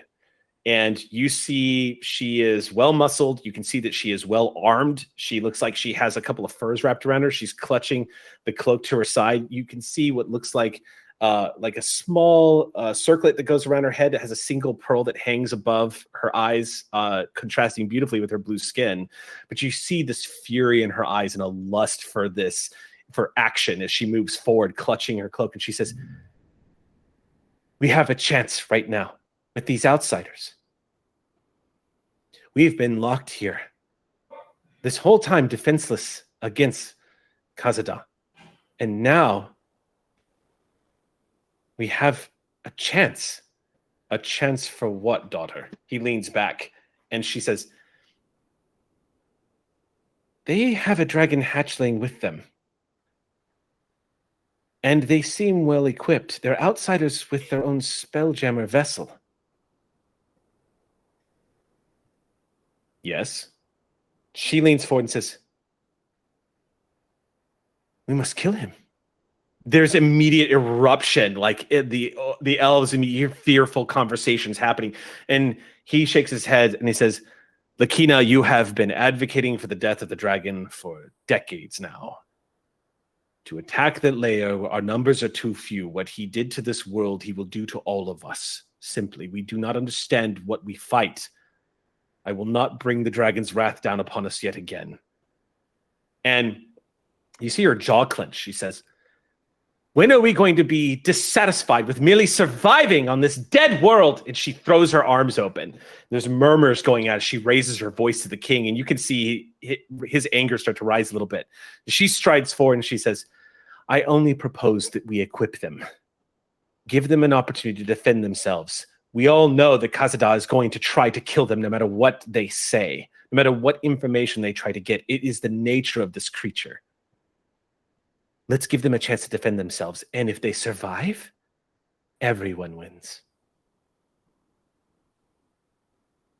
The king considers that for a minute. By the way, I've been switching back and forth, so I'm going to go ahead and make the ruling now. The dragon's name is Kazada, not Kazaba, because I keep flipping back and forth with the B's and the D's. So the king takes this into consideration, and he looks at all of you and says, "What do you think of what my daughter says to you?" Well, I am quite a snack, but not in that way. So I would love to have the anything you might be willing to give to make sure that I am not eaten.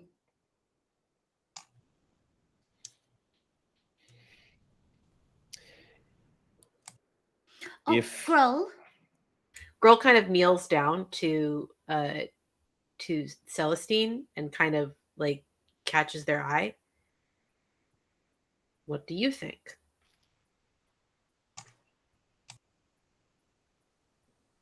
There aren't lots of dragons, and we're gonna kill one?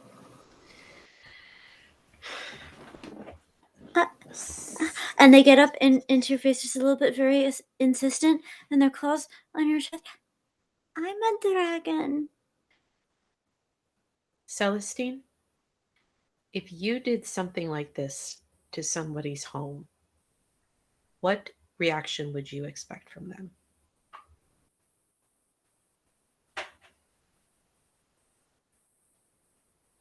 Huh? These people lost everything because that dragon misbehaved. He took their home. He took their lives. He took away their hope. I don't think you would ever behave that way.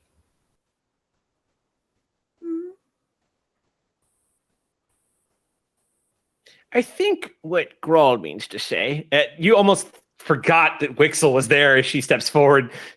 You're a good dragon, dear. The one that we're going to talk to is a dragon that may not care that you're a good dragon. I don't think we're going to. Don't think we're going there to kill it. I think we're going there to ask it questions and then inevitably have to kill it as it tries to eat us. I think is that what I heard correctly? Does that sound right? That is correct. Because it's want to kill the dragon, but if he tries to hurt you, I will rend him limb from limb, if that's what it takes to keep you safe.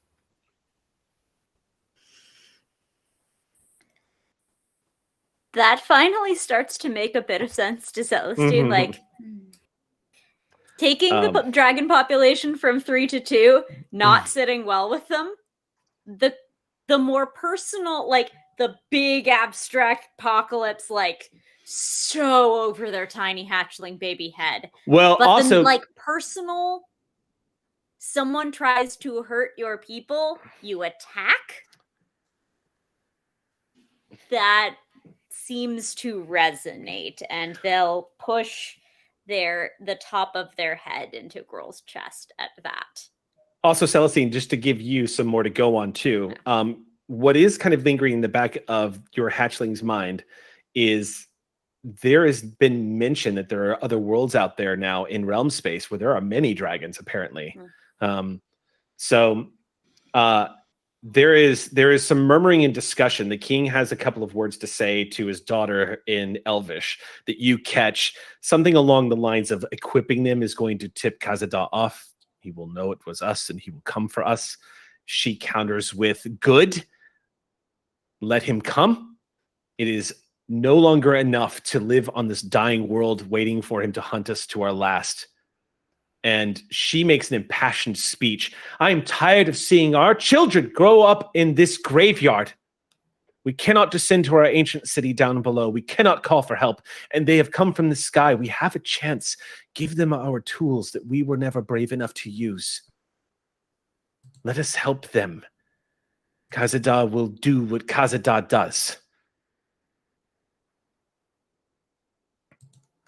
And the king looks at all of you and says, very well. We will take you to the Lair of the Dragon. And we will equip you from our ancient armory of what is left of it. And wish you the best. Know this, that should you incur the dragon's wrath, it will not just be you that suffers. I pray to any gods that can still hear my forsaken people that you are able to find some way to have a peaceful meeting with this creature. If not, I hope what we give you will help you survive, though I doubt it.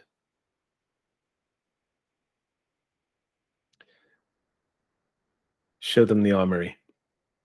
She nods and looks at all of you with this smile, and she says, follow me. And you all follow this aquatic elf down towards the treasure, Celestine. Just as the sun, this pinprick of light casting this ghostly white glow over this dying icy world, that is where we are going to bring tonight's session to an end. The next session will be going to the lair of Khazad, the white dragon that has destroyed this world and made its home here. Everything is fine. We'll talk out of game about magical items. I'm gonna give you guys some very specific magic items. I think we're gonna have Bonnie back for the next session. And I don't have any idea of how it's going to go, but you're going into a white dragon's lair. Isn't that the fun part? Bring it on. All right, y'all. We're gonna fight a dragon, y'all. That's going to do it for us tonight. Thank you for watching this episode of Star Jam. You can look forward to we have 3 more episodes. 3 more. We're halfway through. We're halfway through this session. So thank you for watching tonight. We will catch you next Monday night. Until then, I think hailing frequencies are closed. Good night, everybody. Thank you for watching.